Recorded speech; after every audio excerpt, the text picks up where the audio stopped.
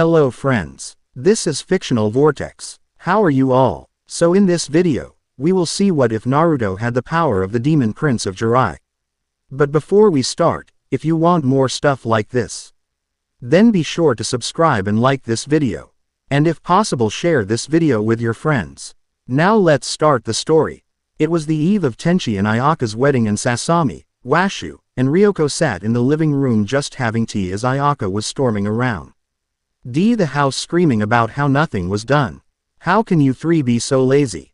Complained Ayaka as she looked at her now teenage sister and the two other women. Ryoko raised a lazy eyebrow to the purple-haired woman before her. We are just taking a break from decorating for your wedding, she said as her tail moved around behind her as Ryooki played with it. I have seen you three do for the last hour is just sit there watching TV. Bitched Ayaka as they had only been sitting down for no more than 10 minutes as Sasami had just poured them the fresh tea she had brewed them. Ayaka, why don't you go look out back? Said Sasami as she smiles at her sister. Ayaka raised an eyebrow to this. Why should I have to go look out back? She questioned as she walked to the doubled porch doors. Looking outside she saw a lovely white wedding set up with lights and chairs and a white runner so when she makes her way to Tenchi she wouldn't be walking on the grass. There was a small stage for her and Tenchi to stand on done all in white. It was beautiful and breathtaking. But for Ayaka it wasn't good enough. It could have been better. It wasn't fitting of her and Tenchi's royal statues. It looks horrible. Do you really expect me to get married out there with all that? Ayaka questioned as her face turned red from anger. The three women looked at each other with shock. They had worked hard all day long and even Ryooki took her chibi form to help out. Ayaka, what is wrong with you? Asked Washu as she was becoming upset. Normally she was more mellow and laid back, that she didn't care what anyone thought about anything she did. But this was going too far. For Sasami had put her heart into making sure her big sister's wedding was going to be something that the woman would never forget. Ayaka turned and glared at them. What? It looks like Ryooki did all the work while you three did nothing. She told them as she was walking over to them as she was now glaring more at Sasami. Sasami, I would have expected better from you. You are a princess of Jurai and know how weddings are very important they are to our family. She said as she turned her back from her sister and began to walk away from her. Sasami stood up as tears began to stream down her cheeks as she was now glaring at her older sister's back. If you don't like it, Ayaka, then get off your fat and lazy ass and do it yourself. For I am done. I will not be making the food for your wedding. So I do suggest you go into that kitchen right now and get cooking, for you have mother, father, and auntie and the others to cook for, she told Ayaka as she stormed off past a stunned Ayaka. Following behind Sasami was Washu and Ryoko as Ryooki sat on Ryoko's shoulder. Go ahead and leave. I don't need any of you good-for-nothing ingrates, shouted Ayaka as she stormed off into the kitchen to begin making the dinner for her wedding. Washu's lab. I can't believe she said that. We worked so hard to make sure tomorrow would be perfect for her and Tenchi, and all she does is complain that it looks horrible, cried Sasami as she paced around Washu's lab. She has always been that way. Always ungrateful and stuck up. I honestly thought her marrying Tenchi would have changed things. But I guess I was wrong, said Ryoko as she took a drink from her sake jug. Washu looked at the two upset women and let out a sigh. I don't things will get any better once they are married either. Ayaka has been asking if I was planning on moving out once they got married, for they needed all the space they could get. So when they have children, she told them. Ryoko's face darkened as well. She asked me the same question and told me to move back into the cave I was sealed in. She told them. Sasami had a sad look on her face. She asked me if I would be her nanny and cook for when she had her children. She told them. This shocked the other two. They thought Sasami might head off to Tokyo to study or head back to Jurai as she was told she had to meet her suitors soon. That's horrible. She is turning you into the help, said Ryoko as she looked shocked. Maybe we should just leave this place and let her learn the hard way that we did help her out a lot. That it wasn't just her doing all the work around this place. She told the others. Meow, said Ryooki as she nodded her head in agreement. But I couldn't do that to Tenchi, said a sad Sasami as she didn't want to leave her Sue. and to be brother-in-law with the demon that her sister had become. I think it would be for the best if we left the newlyweds. For they don't need us around. Ayaka has made it clear to us. She wants you as a servant and that is what she wants. Then your parents could give her those or she can learn to be a housewife for we all know she will fail sooner or later. Said Washu as Shish. Was packing up her lab as she spoke to them. Ryoko grinned. Ma, I like your idea. It would be nice to travel once more and now that I have all my gems back. There isn't anything holding me back anymore. Tenchi made it very clear when he chose Ayaka over me that night. She said as a single tear rolled down her cheek. He had broken her heart and it was very painful to watch him whole. And kiss Ayaka and how Ayaka go on and on about the future they will have soon. Are you two really going to leave? Asked Sasami a little shocked at this. Yes, said Washu as she looked at Sasami. I think it would be for the best you came with us. She told the girl. Sasami nodded her head. It would be nice to travel without Ayaka always telling me what to do or where we are going. She told the others. Then it is settled. We will leave at midnight after everyone has gone to sleep. Said Washu as the others left to pack. No one had noticed the three gather their things and pack. They just thought they were putting things away and making room for the guest that will be arriving in the morning. Ayaka spent half the night cooking away not even noticing that. Her sister and the others had left a note on the table for her to read in the morning. It was already midnight and the three had made their way to a clearing near the Masaki shrine. But standing there shockingly was Yosho in his youthful form. It is a beautiful night, ladies, said Yosho as he looked over at the three before him and the little Ryo-oki. What brings you out this late? He asked as he had a knowing look in his eyes. As he was outside the house when he heard what Ayaka had told them for all their hard work. Sasami sighed with a sad expression on her face. We are leaving. Ayaka doesn't want us around and if she does, she only wants us around as servants and that isn't something I want for myself or for the others. I want to find love and adventure out there. I feel like I have been in Ayaka's shadow for way too long. She told him with a teary smile. Yosho smiled at his baby half-sister. I understand what you are talking about. Why do you think I left when I did? I just used Ryoko as a way out. I didn't want to be saddled with what our father wanted for me. I didn't love the girl he wanted me to marry. Even though she loved me. He told her. Ryoko snorted as they all knew that Ayaka was the one he was set to marry, and she couldn't blame him for running like he did. I'm glad I gave you that way out. For I don't think that marriage between you two would have worked out. She told him with a smirk. I believe you were right. For Ayaka and I walk two different paths and I do hope she and my grandson have a long and happy life together. For I am not sure if this marriage would be blessed by the goddess. Said Yosho as he looked at Washu and Sasami as a small smirk played on his lips. He knew their secrets. Well, they all did, but no one really ever brought it up. For Sasami it was a tender subject. For Washu she just didn't give a damn. She would allow her third sister to handle things until she was needed and for when Sasami grow into her new powers. She would be there to train the girl. Tokimi, I know will frown on their union. For it wasn't one she had her hand in. Said Washu as she grins. As for I would have blessed it if she wasn't being a spoiled brat. Said Yosho laughing. We are wasting time. The sooner we leave, the better chance we have that no one will come looking for us. Said Ryoko as she threw Ryo-oki into the air as she transformed into a large black and brown spaceship and a ruby-covered dome. Right, have a safe trip ladies and ma. Why the three goddesses guide you in your journey? Said Yosho as he turned back into an old man and waved them off. The three vanished into the spaceship and with a loud meow they vanished in a blink of light. I pray you three find love and happiness out there.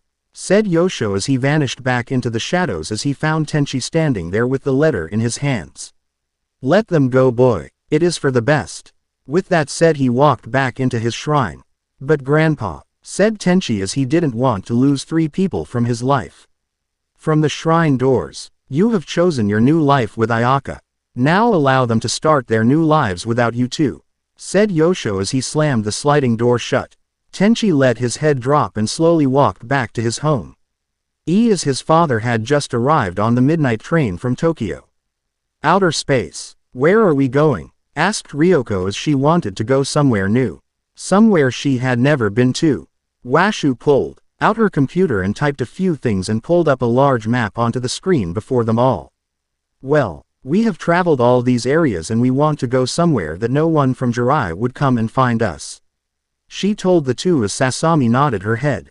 I don't want Ayaka coming after me to drag me back home with her or our parents coming for me and ordering me to go help her. Said Sasami as she was now more upset with her sister's behavior. Just then Tokimi appeared before them. Hello sisters and niece, she told the three before her. What brings you here Tokimi? Asked Washu as she didn't even bother looking up at her sister. Sasami took her tsunami form and looked at her older sister. Sister, why do you grace us with your appearance? She asked as now was. Who took her goddess form for she wasn't going to be left out. Tokimi smirked. There is a young and new world that I believe you three would do well in. At the moment it has just ended the demon wars and the time of shinobi is coming to pass. A world different from the one we are not used to or from. I believe you three would do well there. She told them. Shinobi? Questioned Ryoko as she arched an eyebrow.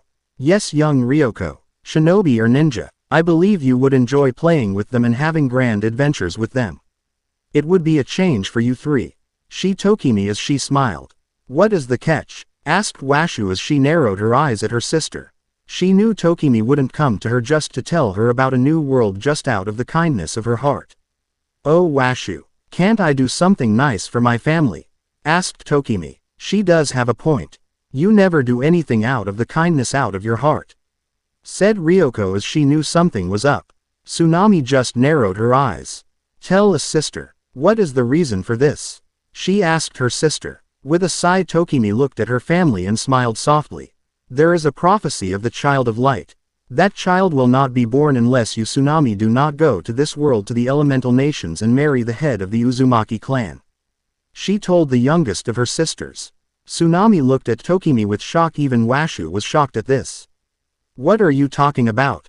Asked Washu as she looked at Tokimi with shock. A child will be born during a time of great need. A time when the world would need a true hero to save them from the darkness that will befall them from the rabbit goddess of the false moon. Said Tokimi as a sad look graced her beautiful face. What do you mean the rabbit goddess of the false moon? Questioned Ryoko as he goddess blood was slowly awakening around the three goddesses before her. Her silver hair began growing as lawn. G as Washu's and the three jewels appear on her forehead in a triangle. She was a young goddess who stole a forbidden fruit from a sacred tree of their planet. She ate it and it gave her insane powers that was called chakra. But she grew crazy with power and her two sons acted and sealed her away when she turned into a 10-tailed beast that was bent on destroying the world around her. Her eldest son sealed the beast within him and traveled the world as he awoke chakra in all the humans in the planet, wanting them to grow stronger and being able to take care of themselves. This is what led to the rise of the shinobi. But I am getting ahead of myself, said Tokimi as she looked at everyone. Her eldest son then created 9-tailed beast out of the 10 tails. As his two sons are fighting for who would be his successor, as his third son is just happy in helping the tail beast finding new homes for them to live in peace and be their keepers if they chose to stay with them. Said Tokimi. What of the youngest son?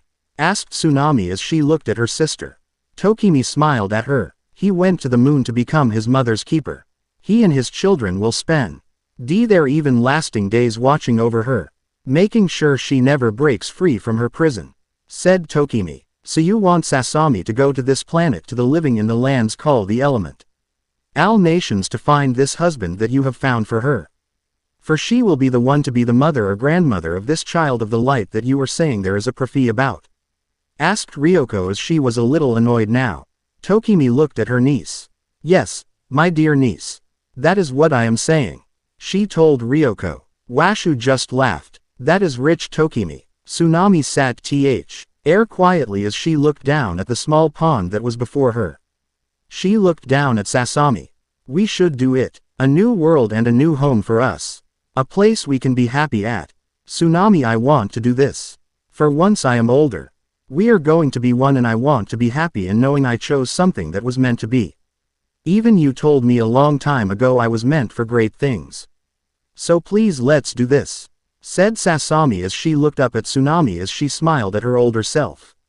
We will do it. Sasami wants to do it, said Tsunami as all eyes all turn to her as she softly smiles at everyone. Alright, I get to be a ninja now, said Ryoko as she giggles. Washu watches her youngest sister and her other sister and smiles. Fine, let's do it, she told them, as Tokimi gave them the coordinates and opened the wormhole from them that Ryo-Oki flew into as she vanished from the ship. Elemental Nations. Land of the Whirlpools. A young man by the name of Ryu Uzumaki stood on his island looking at it. This will be my home and where my clan will grow, he said as he looked at the others that had followed him. Ryu has long crimson hair and violet eyes with rings and tones. Just like his father's eyes. Different from his brother, he was built different. He had a lean athletic body and tall and as strong as an ox. Many women have been trying to gain his eyes, but none have caught it. When will I find my bride? He asked himself as he looked around as they all began building and working hard to make this island that has whirlpools around it to keep it safe from attack from others.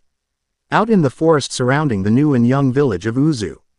A spaceship landed as the three women got out and took their things off as Washu learned about this chakra and opened their networks.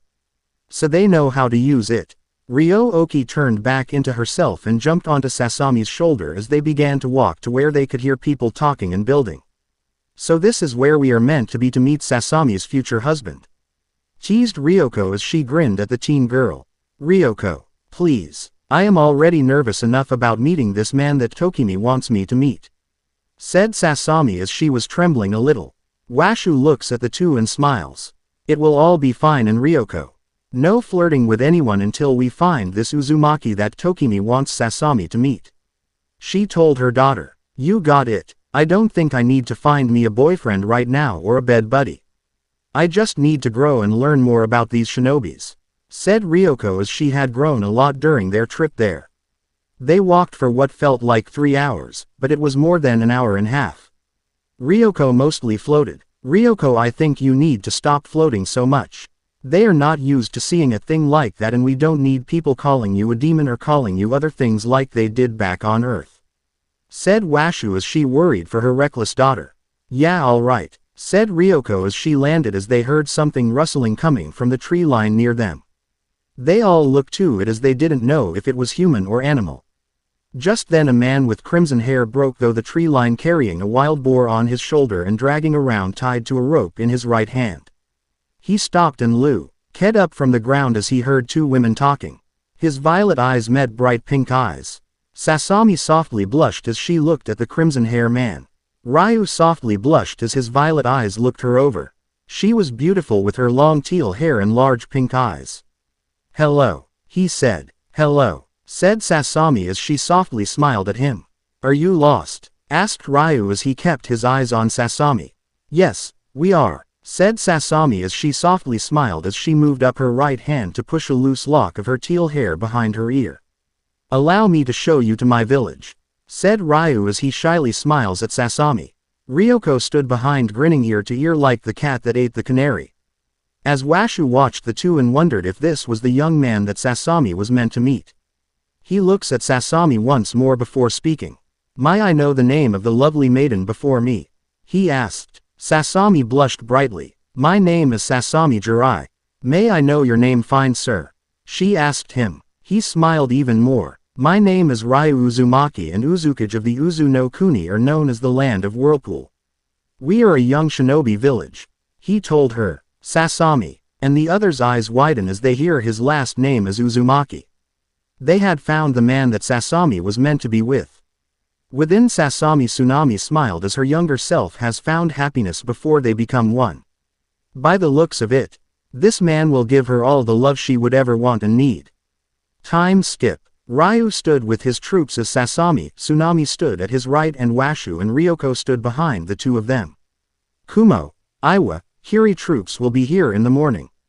I want all the children and women and those who are not able to fight to be put on all the ships and sent to the land of fire to our sister village, said Ryu as he looked over his shoulder to Ryoko, who nodded her head and vanished from his sight. Ryu, my love, we will stand with you until the bitter end, said Sasami, Tsunami, as she didn't want to lose her husband. They had lost their son earlier that day.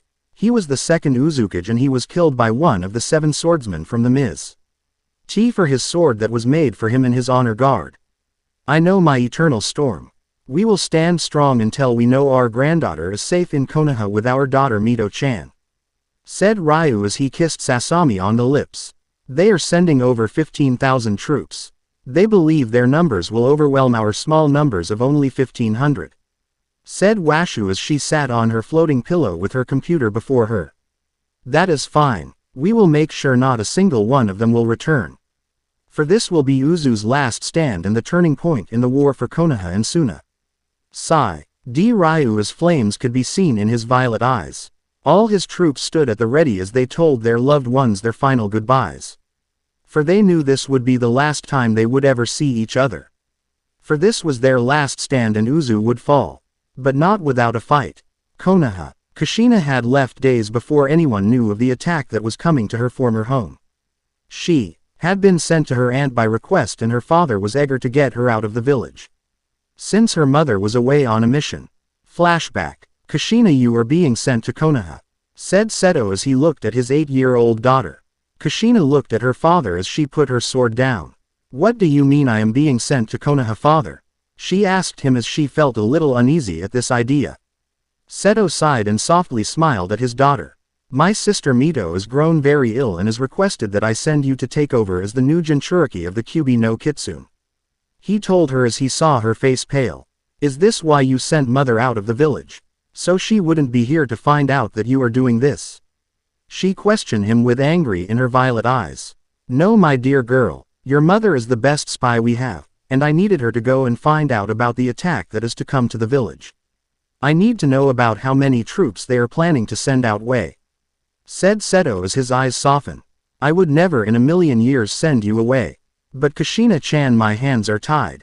You are the strongest and of the main family that can handle this burden and also the youngest. For none of Mito's children are strong enough, as well her grandchildren would buckle and break at even becoming a Jinchuriki. With your mother's blood running through your veins as well as your grandmother's. I believe you are the best for this mission. My dear daughter, go to Konoha and live a long and happy life. Become a shinobi or not. It is all up to you. No one can force you. For if anything you can always come back home to Uzu. He told her as he was now standing before her. Kushina nodded her head as she left his office to pack and get ready. For this trip and to take on her aunt's curse. But only one question kept floating around in her head. What had made her aunt sick? End of flashback. Kushina stood before Mito as she looked up at her aunt that she saw just 2 years ago. And the woman was well, and her grandmother had made sure of it. Auntie Mito, said Kushina. Mito smiled as she looked at Kushina. My dear niece, I am sorry to call for you at this time. I know your mother must be angry with me. She told Kushina. She might be. Father sent me off before mother returned from her mission and while both my grandmothers were busy. Said Kushina, a little upset to be away from her family. I am truly sorry, Kushina-chan. Please forgive me, but I have fallen ill and the Kyubi is unable to heal me, and I know I could have called for Washu-sama, but she is needed more in the village than to come heal me. Said Mito. Grandmother would have come if she knew you needed her. Said Kushina as she was frowning. I know. Cough. But the war has many injured and she is needed to heal those in Uzu. What I have would have killed me anyways. Said Mito as she wiped the blood from her mouth. Kushina raised an eyebrow to this. What is wrong with you? She asked, not liking this. I was poisoned with something that is stopping the Biju's chakra from healing me and even my own natural healing factors from kicking in. That is why we must quietly seal the Biju within you. Never tell a soul that you hold the beast. For there will be people within the shadows of this very village that will try to kill you for it, as well as others from outside the village that will stop nothing to take it from you. Said Mito as she knew her time was coming near. Kushina nodded her head. As Mito did the seals as Kushina copied her and resealed the Kyubi within herself. Mito died that night in sleep from chakra poisoning. Uzu. Ryoko stood at the shoreline before the battle thinking of her daughter. She was angry at her late husband for what he did, but it was for the best. If she was in the tower when he was killed, she might have been killed or worst kidnapped and sold off to the highest bidder. Something she wouldn't want for her child nor anyone really. Washu walked up behind Ryoko. Thinking about Kushina again, she asked her daughter. Ryoko looked over at her mother. During their time in the elemental nations they had healed their bound and grown close. Yeah, I never got to tell her goodbye. Just told her I would see her when I return. Said Ryoko. I know. I didn't even get to tell her goodbye. I was just told she was taken to Konoha by Ryo-Oki. Said Washu as said little Cabot jumped on Ryoko's shoulder rubbing her little head on her cheek. At least we know she made it there safe. Form the letter I found. Mito was dying and there was nothing anyone could do to save her. Said Ryoko as she turned to face Washu. As we all know, she holds the mightiest of all the tail bijus within her. Washu nodded her head. Yes, and that had me wondering if someone did something to stop the beast from healing and stopping her bloodline from healing her as well. She said as she was thinking about it as well. You know there are several in that village I do not trust and one of them is the former student of her foolish husband. Said Ryoko as she wanted to just fly over there and take her baby away from them. But knew at this time she would be safer there than in the village with them. I know, but we trained her to be the best. She holds your gems as for you don't need them anymore and with them and the Biju's chakra. She will become even more powerful. Mito was right in choosing her. For no one else could handle that kind of power. Maybe she will be the one that will have the child of light or be the child of light. Said Washu as she smiled at her daughter. With how much hell that girl raised. I believe she will be the one to have the child of light. For like how you and Sasami said, she takes after me and I fell sad for the poor fool that falls in love with her. Said Ryoko as she grinned. Sasami, Tsunami walked up to the mother-daughter talking. I agree with you both. Kushina is our light and hope in our future. If those ships we sent off tonight don't make it, we know Uzu still lives within your daughter Ryoko. She told her sister. You're right. To our future. Said Ryoko. Ryu watched his wife and family talk. He always wondered how they never really aged. He knew they used something like a genjutsu to make it look like they aged, but to be honest they looked more like three goddesses walking this planet, and he was lucky enough to have married and loved one of them. Even as his son had married one of the others that he fell in love with. His lovely wife had told him once that they were not of this planet but of a planet called Jurai. That her parents are the rulers of. How she had a sister on a planet called Earth who married their half-brother's grandson, and how her sister was so cruel and heart-breaking to her on the eve of her wedding and what led them to come here. He did know that Sasami was now Tsunami, that she is a goddess along with Washu. That they are one of the three goddess of their world, as their sister Tokimi sent her here to meet the man she was destined for. He was shocked at first, but after thinking about it and who his father was, he didn't care anymore, for he was honored that a goddess would ever love him. Planet Jurai. Ayaka and Tenchi go visit her parents. Mother, father, Auntie Funaho. Said Ayaka as she smiled up at them. Daughter, Tenchi. Said her father. Oh my Ayaka and dear Tenchi. Said her mother as she rushed down to hug them. Funaho frowned as looked at Ayaka, and Ayaka turned away from her half-mother. I miss Sasami-chan. Why haven't you gone and told your sister sorry for how you acted on that day so long ago? She questioned her niece. Ayaka glared at her. Why do I have to say sorry? It was my wedding day and I wanted to be perfect and they didn't do anything right, and to top it off they ran away leaving me without a maid of honor or bridesmaids. She whined, acting as if she never did anything wrong. Tenchi just stood next to her sighing. Ayaka, she is your sister and I still feel bad for not stopping them. But Grandpa said I needed to let them go. He told his wife. But Tenchi dear, whined Ayaka as she tried to think of something. That is enough, Ayaka. You will go and find your sister. Her father spoke up. His eyes hardened at her. She knew she couldn't get away with this. For last time it was Sasami that got them to stay on Earth. Fine, I will look for my sister. But that would mean father, you and mother and Auntie Funaho will have to babysit for us. Said Ayaka as she grinned, as she knew her mother has been wanting time with the grandkids and she been wanting to unload them on anyone who would take them. Oh honey, we would love to. Said Ayaka's mother as the other two paled. All right, love you. Said Ayaka as her kids appeared in the throne room and she grabbed Tenchi and made a mad dash for it. Come on hun, we need to find my sister and get a break from out kids. she told him as they both now ran to their spaceship. Uzu no Kuni. Nothing was left, everyone was dead. All 15,000 troops died fighting the small army of 1,500. Yu stood on his last leg as he took his wife, Washu, and Ryoko to a tomb that Washu made and told him about to take them to if they ever got hurt or passed out from overusing their powers. If it wasn't for them, it would have been worse. Ryo-Oki sat on his shoulder crying. I know, girl. They will be fine. They need to sleep for a while. He told. Meow, said Ryo-Oki as she still cried. Ryo-Oki, I have these scrolls. I need you to take them to Kushina. It is all that is left of our village. I am not long for this world. It is only by the grace of the three goddesses that I am still walking and able to get them to safety. So please take these to my granddaughter and make sure she lives a long and happy life. Said Ryu as he lied his beloved down in a pool next to Washu and Ryoko. Meow, said Ryo-Oki, taking the scroll into her mouth and running out of the tomb and jumping up into the air and transforming into her spaceship. May the goddesses gild you, said Ryu as he laid down in the last pool next to his wife as his world, we black. 10 years had passed since Kushina had come to the village hidden in the leaf. During those 10 years she had made friends and found love. As well, when she and the others were just 16 years old, they fought in the 3SWW. With Kushina and Minato Namikaze both being war heroes for how Kushina's weird little summons would transform into a ship to take away the injured and wounded from the battlefield and had made many missions move more smoothly. But it was now the eve of her 19th birthday. He was standing in her home waiting for her friends to show up. Meow, said Ryo-Oki as she smiled up at Kushina. I know, little sister. I miss mom and grandma as well. It's weird living on without them, said Kushina as a sad smile graced her lips.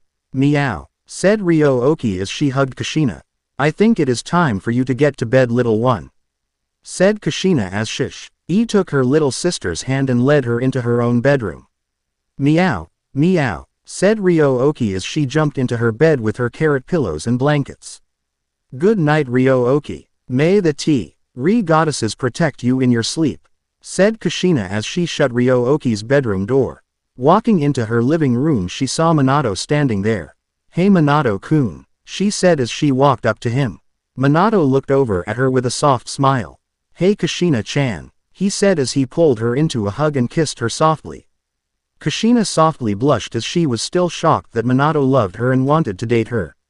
Minato smiled as he pulled out a little gift box and handed it over to Kushina.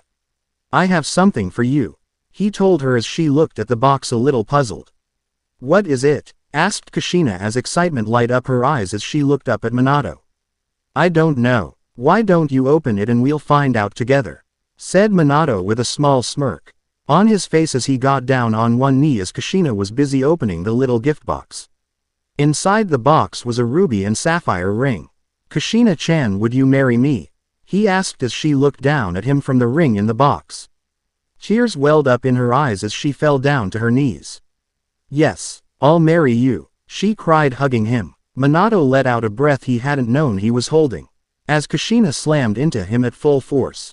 I love you, Kushina-chan, and I want to spend my life you and Ryo-Oki, he told her as he knew she worried about her little sister. She smiled, looking up at him as tears rolled down her puffed cheeks. I'm glad to hear that. I love you as well, Minato-kun.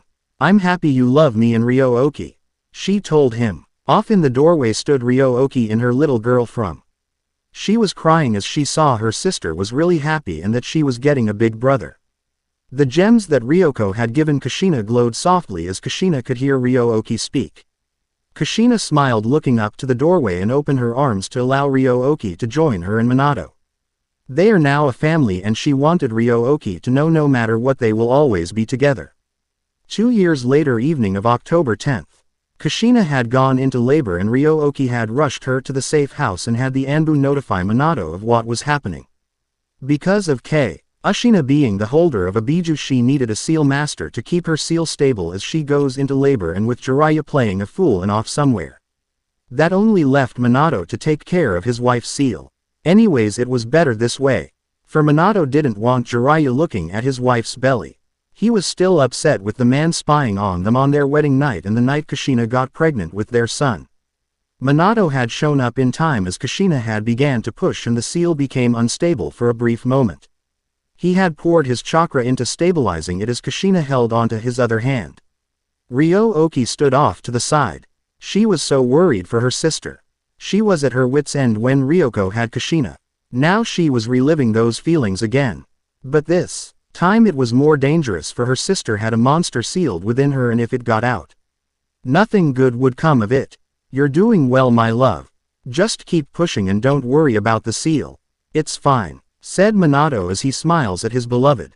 You bastard, after I have our son, I'm going to kick your ass, cried Kushina as she was in more pain than she has ever been. Inside her the nine-tailed fox was having a heyday, just laughing his fuzzy ass off at her pain, and he wasn't doing anything about it. He was going to let her suffer for once. After about an hour, cries of a baby filled the safe house as the midwife held a silver blonde-haired baby boy in her hands with the bluest eyes anyone had ever seen. Kushina smiled as she could see a part of her mother in him. After a while her mother's cyan hair had gone silver and she was a beauty. Now she had a part of her mother in her son. He is beautiful, said Kushina as she slowly sat up to hold her son. Minato had made sure her seal was stable. It was stable but weak. But not weak enough for the fox to break out. That he is, and it appears he has your mother's hair color as well as my own, said Minato as he was smiling at his wife. Yeah, she said with a soft smile. Meow, said Ryo-Oki as she was now standing next to Kushina's bedside trying to see the baby. Minato smiles and picks her up, allowing her to see the baby. Ryo-Oki smiles. Just as tiny as you were, she tells Kushina in their shared mental link. Kushina smiles at her. I forget at times you were there the day I was born, she tells her little sister with a smile. Minato smiles at his family. He had asked once how old Ryo-Oki was, and all he got was she is old and will not tell us her age. Just then an Anbu comes flying into the room they all stood in as a masked man stood before them all. Well, hello there. Congratulations on your son, he told them as a dark aura surrounded the man. Ruins of the land of whirlpools. Tokimi stood on the shoreline looking at what remained of the village. It was all gone, but she could feel them still. They were still alive deep within a tomb of Washu's making. She slowly walked the old stone streets as she made it to the center of the village where once the Uzukage Tower once stood tall and proud. Here it was that she could feel them. She could feel the pulse of energy coming from here. With a wave of her hand the doors blasted off the hinges and she walked over to a wall, and with another wave it was gone, and there before her was a stairway leading to an underground crypt. Making her way down the old stone steps she could hear machines gone off and beeping from something that Washu had set up. As she entered the room, she saw 4 beds with 3 women and 1 man. No doubt Washu's or Sasami's husband. Whoever it was, he was going to get a rude awakening with the others. She looked at the computer screen over by where they slept and pushed a few buttons and saw a gas being released into where they slept. A smirk graced her lips as she watched them slowly awaken. It is about time you 4 have risen, said Tokimi as she looked at them. Ryoko just glared at her. What are you doing here? She asked her, not really happy to see her. Tokimi smiled at her. It left Ryoko feeling uneasy. Your daughter is dying and is in dire need of your aid. For her and her husband are leaving their son behind. If you do not do something, his fate will be dire, she told them. This had the effect she wanted as Ryoko was now up and ready for battle. Where are they? How long have we been sleeping? She demanded as she was ready to do anything for her child. Ryu slowly moved out of his bed. He was shocked he hadn't died after he had lied his wife down in her bed. But by the grace of the 3 goddesses he had fallen into a bed as well and was healed during his time and had slept alongside them. Then we must go to Konoha to save the child, said Sasami as she looked at Tokimi. Tokimi smiled. I will send you 3 there. But sadly it will be too late to save Kushina-chan and Minato-kun. But you will be able to protect Naruto-kun from the bastard that hides in the shadows, she told them as they nodded their heads in agreement. Washu moves around her lab, quickly grabbing several scrolls her husband hadn't sent their granddaughter. Scrolls that she will need to set up their new home in Konoha.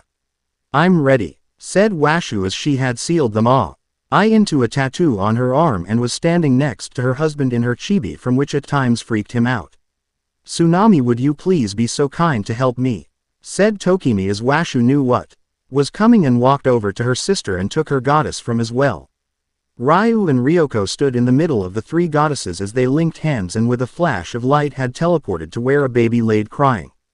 Outside of Konoha. "Be a good boy, Naruto," said Kushina in her dying breather as a flash of light blinded her and Minato as the Shinigami glared at the four souls that should had been his so long ago. "Mama," cried Kushina as she looked up at her mother. Tears and blood rolling down her cheeks.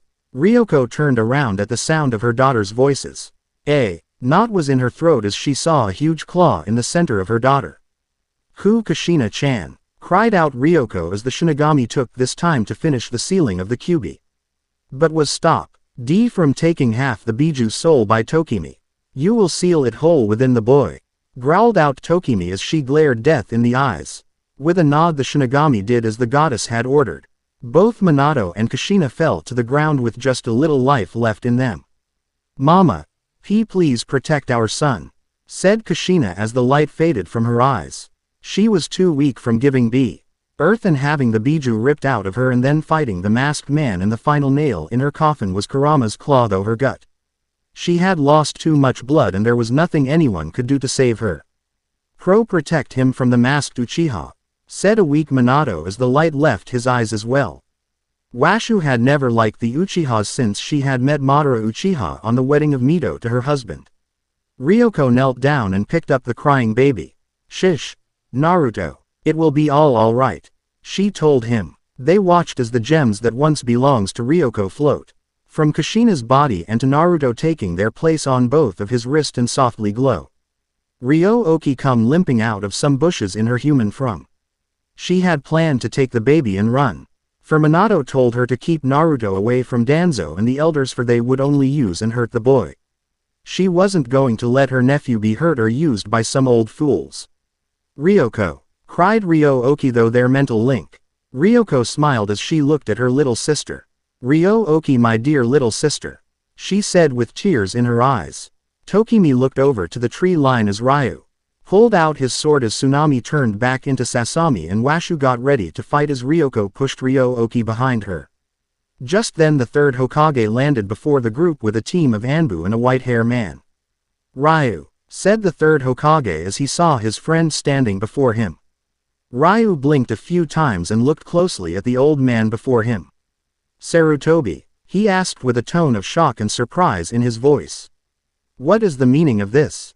"You died when Uzu was attacked," said Sarutobi as he was getting ready to fight the man before him. With a chuckle Ryu stood next to his wife. "I didn't die. No one ever found my body, for my wife had a few little tricks that saved all our lives and had us in a coma-like sleep for the past few years," he told his old friend.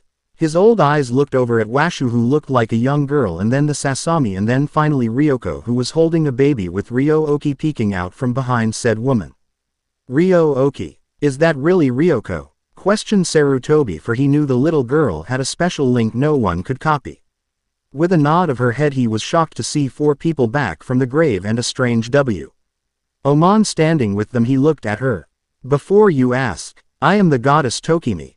I only came to awaken my sisters and niece and to my surprise brother-in-law. For that child in my niece's arms will need them in the near future," said Tokimi as she smiled at all before them. The people there didn't know what to do. They were in the presence of a goddess, and said goddess was claimed Lady Sasami and Lady Washu as her sisters. Did that make them goddesses as well? Was the thought running through all their heads? Washu held up a hand.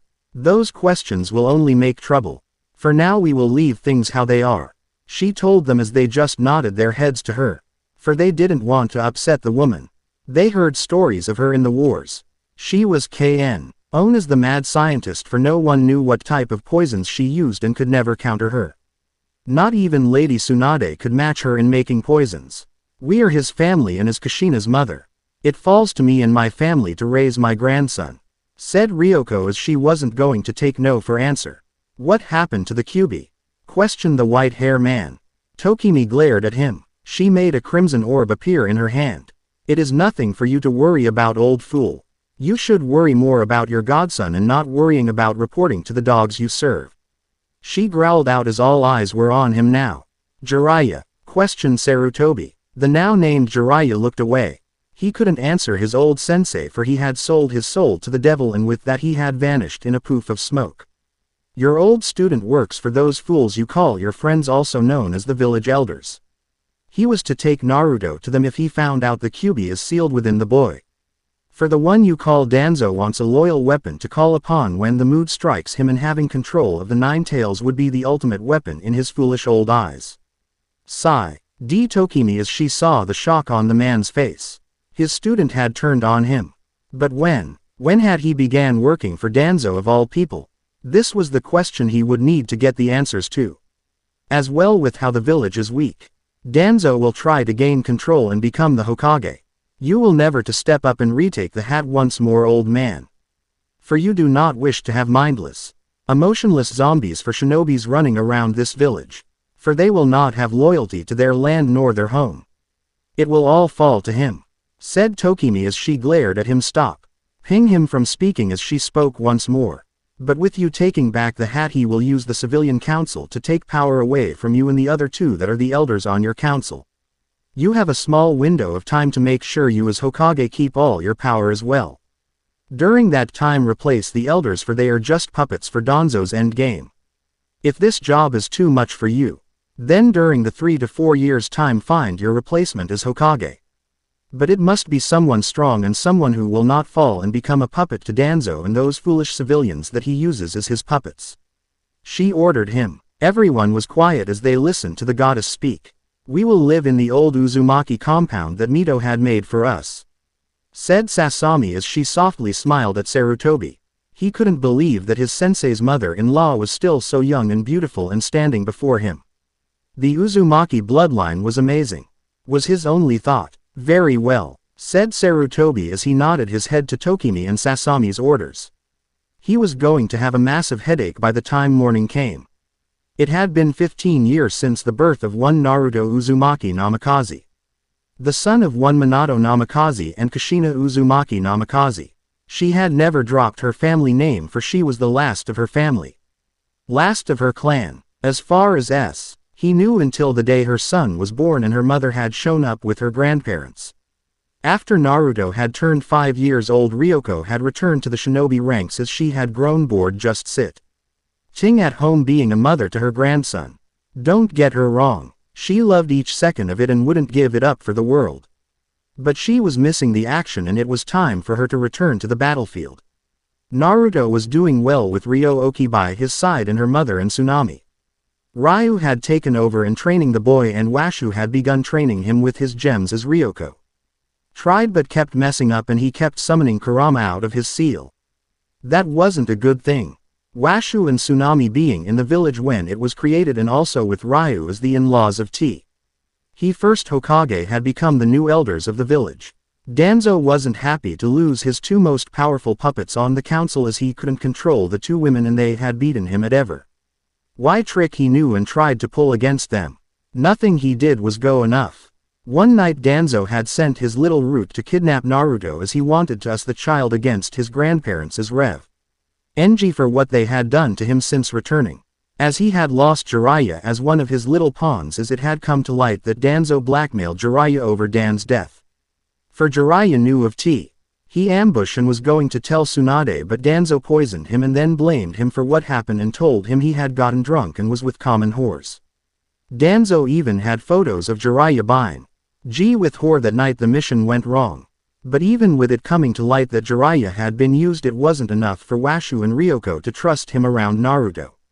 They didn't want a former tool of Danzo near the boy, for there could be still a seal that they hadn't found yet on the man. I triggered time bomb that would be too dangerous for the boy, and they couldn't risk it. They had lost too much already, and it wasn't worth it for the old fool to meet and get to know the boy. Maybe when the boy was older, they would think about it.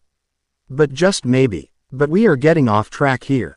It has been 15 years since that fateful day, and Naruto has grown up loved and happy. No one knows of his little secret, as Washu had made sure of it, as Ryoko would kill anyone that found out about it. Ryu had even killed a few people that found out. But they had been root spies. It was the day of the graduation exam at the academy and the civilian council was angry for exam was still hard, forcing their children to focus and study on the shinobi arts and not chase after all the clan heiresses. Many of the civilian council had enrolled their sons and daughters into the academy for them to try to land themselves a husband, wife within the clans, and if they could catch the eye of an heir it was even better. The two boys in the academy that had the largest the fan clubs was one Naruto Uzumaki Namikaze and the other Sasuke Uchiha, the only male heir of the Uchiha clan after his brother had murdered their father and his other clansmen, leaving his mother and women and children alive. With Itachi murdering his father, he had become a nin and running from the village. But oddly enough, Sasuke's mother told him the truth of why his brother killed their good-for-nothing father and how they planned to drag the Uchiha name through the mud for power they didn't need, as his father was going to have a big old shitfit for not getting his way in a council meeting about not allowing any of the other clans join the military police force. That was his mother's story and she was going to stick to it until her dying day. For there was another reason. But her husband was an asshole and Sasuke had painted him as a hero. So what better way to get back at the dead bastard than paint him as a big-ass crybaby who would start a civil war over something so childish and petty. But Naruto never allowed anything to go to his head, as his grandmother Ryoko would beat it out of him. He was a down-to-earth kind of boy. He had several friends the clan kids and was well liked for just being a kind kid and always willing to help anyone in need. As for Sasuke, had his ego, and though he was too good for anyone as he was the new heir of his family clan, he didn't have many friends but oddly did hang out with Naruto from time to time. Ryoko, if she could, would have beaten the smirk off of Sasuke's face, but sadly she couldn't, for it would be a shitstorm, for the civilian council loved the boy as if his shit was gold. All right students, we have a survival course you all must run to pass as long as doing several jutsu and the written exam, said a man with black hair up in a spiky ponytail and had a scar running across his nose. This was none other than Iruka, Naruto's home teacher. All the students groaned as they didn't want to do the survival course, as there was several genin and sometimes chunin or jonin hidden in there that they had to fight or outwit. One year was rumored that Washu and Ryoko both took part and none one had passed. Everyone had been held back for another year as they said none of them had been fit to become shinobi. Since then all the genin hopefuls all prayed that those two women wouldn't take part and would be far away from the village when it was the final exam for them to become genin. But this year Kami was laughing at them. For within that survival course was Ryoko, laughing like a mad woman as she had planned to throw out all civilian and fangirl out of there. She didn't believe they were fit to be shinobi and she would prove it. "Come my pretties," said Ryoko with an evil smirk as she watched from a small opening within the shadows. A shiver ran up all the kids' spines as something unpleasant was about to happen and no one was going to save them from whatever fate awaits them once they entered those walls before them.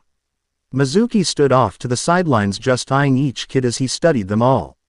"The Uchiha and Uzumaki brats are the ones my master told me to bring him. But Naruto will be hard to get, for his family is always around him, as that strange little brown-haired girl is up in that tree right now watching us," he thought to himself as his eye ever so slightly shifted, looking up at Ryo-Oki watching after Naruto with a smile on her face. Ryo-Oki looks over at Mizuki with a frown marrying her face, as she felt that strange and dark aura off of him again. She didn't like the feeling and it left her feeling sick, and she never cared how she looked at her little brother-nephew. "Ryoko," she said. "Yeah Ryo-Oki, what's wrong?" asked Ryoko as she could hear something troubling Ryo-Oki with just the tone of her voice. "That Mizuki is staring at Naru-chan strangely again, and I feel that dark aura once more. Something isn't right about him, and he is always glaring at me when he sees me around Naru-chan," said Ryo-Oki as Ryoko could hear the worry in her voice. "Don't worry for now, I will look into it after I am done here today," as she was trying to reassure Ryo-Oki, as she was now wondering what the silver-hair man was planning against her grandson. If he even touches or hurts a silver blonde hair on that boy's head, Mizuki would be a dead man. 3 hours had gone by and pretty much 70% of the civilian part of the class had failed the survival course, with only 30% of them making it. Some out of pure luck and sheer will. Some of it was just Ryoko giving them a break as she saw how hard they tried and showed they wanted this more than anything, as the others just wanted to show off for the clan heirs. All the shinobi-born children passed for no one being left behind or thrown out by Ryoko, as they knew what it took to get around her and she was proud of them. Naruto. Ogo passed her the quickest with making several shadow clones to trip her up and set up a trap for her as he ran past her. Good, you all did well.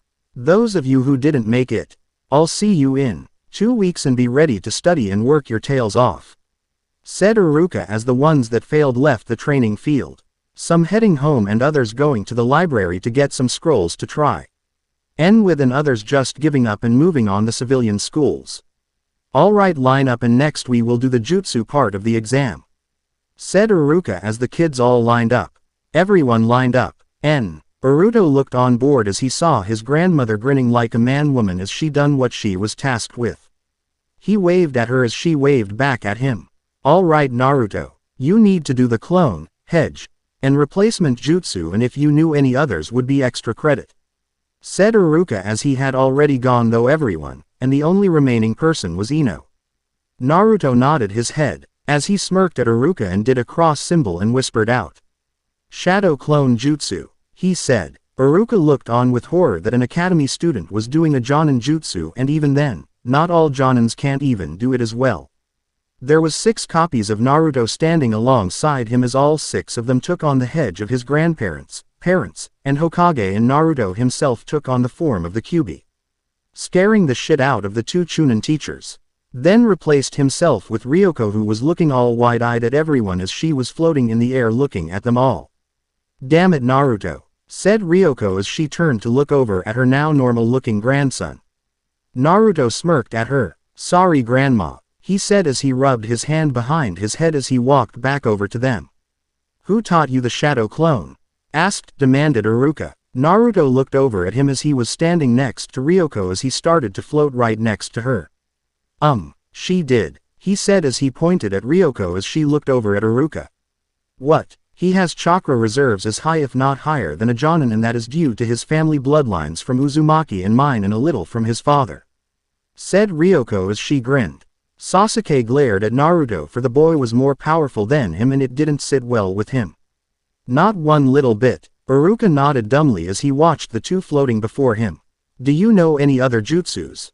he asked as he just wanted to get this over and done with. Naruto nodded his head as he held out his left hand and formed his fat hers jutsu in his left hand as all others' eyes just widened. He was still young and already knew the 4th jutsu. "Alright, you pass. Ino, you're up," said Iruka as he didn't know what to think, and Izuki watched the blonde, silver-hair boy with narrow eyes as this was going to be a little troublesome to get him for his master. They had returned into the classroom as Iruka looked at everyone. "I am proud of everyone, and those of you still here have passed and are now genin of our village," he said as they all held their forehead protectors. Naruto had one with a silver cloth and wrapped it around her forehead and grinned. "I made it, Ryo-Oki-chan," he told his little sister Aunt. "I'm proud of you Naru-chan.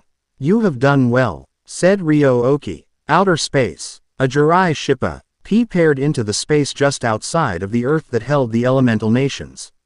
"Wake the prince and princess," said a computer voice as 2 logs appear before 2 sleep chambers.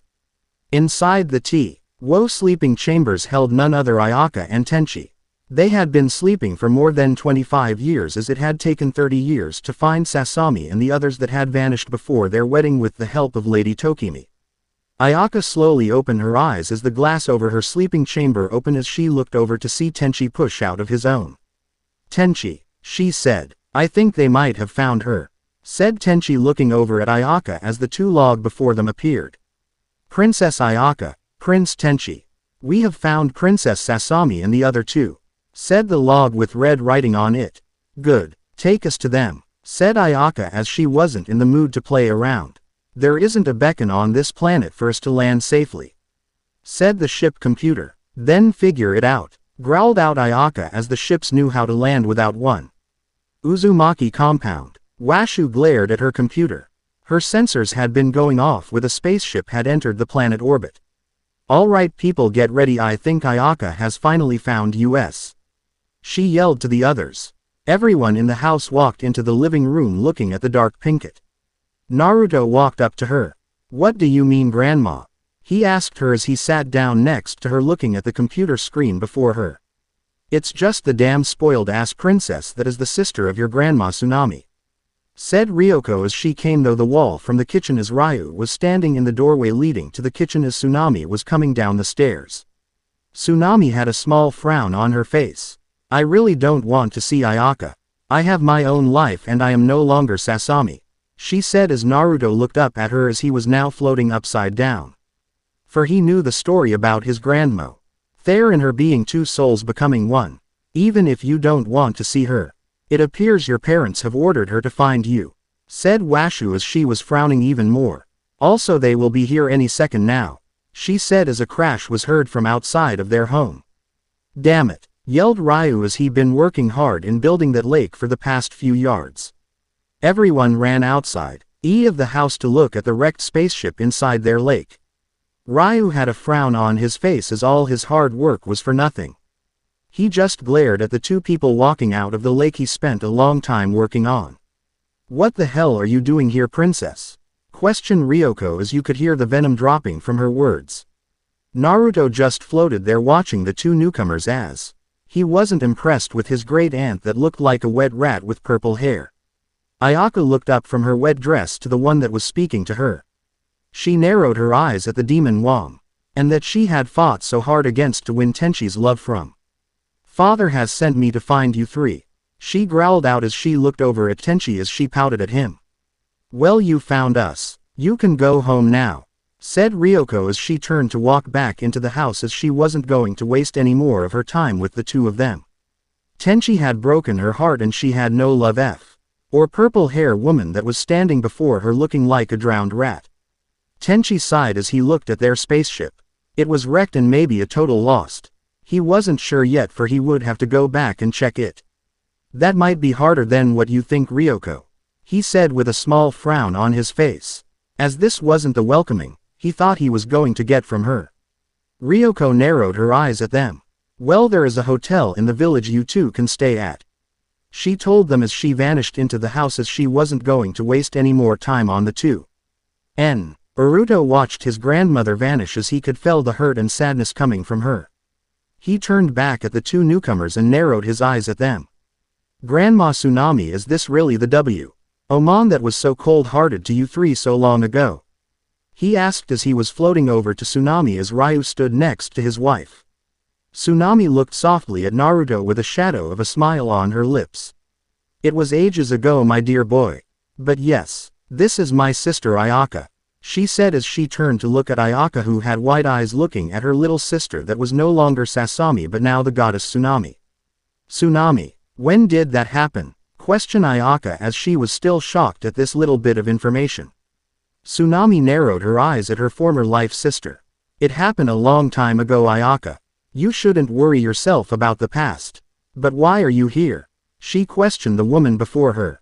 "Father has sent me to find you and bring you home and for me to tell you sorry. I am sorry for being a cold and heartless bitch to you three on the eve of my wedding," said Ayaka as she looked away from her sister with shame. Tsunami let out a sigh. "That is in the past. I will tell you this now. I will not be returning to Jurai with you. For my life is here with my family. I have moved on with my life and that is something you should be doing as well," she told her sister. Ryu took his wife's hand and pulled her into his arms and held her. For he wasn't happy to see her sister here in their home. "I will not allow you to take my wife from me.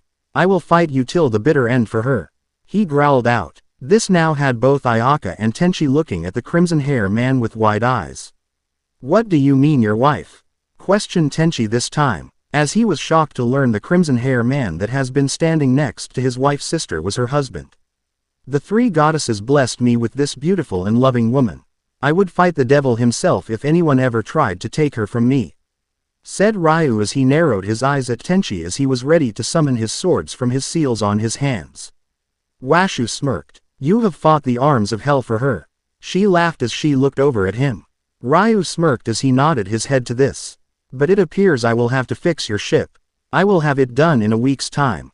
So you can return back to your father and tell him we wish not to return," said Washu as she walked past them and frowned at all the work she had before her. Ayaka turned and looked over at Washu. But I can't. Father ordered me, she whined. Washu turned and looked at her with narrow eyes. I don't give a damn what your father orders. For I do not take orders from that man, she told Ayaka. Ayaka took a step back from the dark Pinkett. For she scared her with how cold she was being to her. Naruto floated past Ayaka and Tenchi as they looked at the silver blonde hair boy. Hey Grandma Washu, do you need any help? He asked as chakra chains appeared from his hands and back and wrapped around the spaceship, lifting it out of the Alrect lake his grandfather had spent time making for his training. He moved the ship over to dry land and took a deep breath as he placed it down and the chains disappeared back into him. 10. Kai had wide eyes as he watched what the young man before him did. Wow, that is amazing, he whispered as Naruto turned and looked at him as if it was nothing and he did stuff like this all the time. It was nothing. I just used my chakra chains to move it, said Naruto as he was now floating again. Something that the two couldn't miss. It was like he took after Ryoko in ways. Who's your mother? Asked Ayaka as she looked at the boy. He looked at her a little puzzled before he answered her. My mother was Kushina Uzumaki Namikaze. Ayaka looked at him puzzled as she turned to look at her little sister for answers. Tsunami let out a tried sigh as she looked at her sister. Come inside and dry off and I will tell you what has gone on. Since we left you two. Saw it Tsunami as she turned to walk into the house. Ryu just grumbled at this. He didn't like the idea of them in his home. But he wouldn't go against his wife for it was her family after all. They followed them back into the house as Washu was going to get to work on the spaceship in the morning as she didn't feel like it right now. For they would be having a council meeting soon and she would rather go to that without being annoyed. Well, more than what she was now. Washu gave them clean clothes and showed them the two bathroom. Get cleaned up and come to the living room just down this hallways. She told them as they nodded their heads and vanished into the two bathroom and come out 20 minutes later as Washu had tea sitting on the coffee table in the living room as Naruto had vanished somewhere. Ryoko sat on the couch just looking at the teacup before her. As Tsunami looked a little annoyed as Ryu held her hand. My dear, all will be well. Please don't worry, said Ryu as he pulled her hand up to his lips and kissed it. This is what Tenchi and Ayaka walked into. They walked over to the empty couch and sat down across the floor before them. Well, why did you leave? Asked Ayaka as she acted like she had done nothing wrong to make them for wanting to leave like they did. Ryoko narrowed her eyes at them both as if they both had grown a second head. Gee, I wonder why, she said as she scoffed at the shocked expression on Ayaka's face. That is enough. I am not in the mood, said Tsunami as she was now glaring at her sister and sighed as she looked over at Ryoko. We left because of you acting like an entitled spoiled princess, Ayaka, said Tsunami as she glared at her sister. Ayaka narrowed her eyes at her little sister that was now glaring at her. It was my wedding and I wanted everything perfect, she growled out. You were being ungrateful, and we didn't want to deal with you. So we left and then given a chance at being happy. So we took it, said Tsunami as she kept her icy gaze on her sister. Ayaka looked shocked at this. You truly don't want to be around me or come back home? She asked, sounding a little shocked and hurt by this. That's right. This is my home and I have family here. Why do I want to return back to Jurai where you would force me to watch over your children? By the looks on your faces, you have dumped them on father and mother and auntie, said Tsunami as she saw Tenchi turn his head in shame. They in fact did leave their children with her parents. We did leave our children with them. But it was better for traveling would have been hard on them, said Tenchi as he tried to justify their actions. Keep telling yourself that, said Ryoko as she stood up. I'm not in the mood. She turned and left the living room. She wanted to blow something up and right now she wanted to blow the two fools up that sat before her.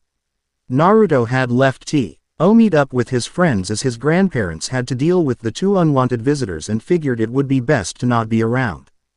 He found Ino at her family flower shop working. Hey Ino-chan, he said as he grins at her. Hey Naruto-kun, said Ino as she grinned at him. So what brings you by? She asked him as she looked down at the magazine that laid before her.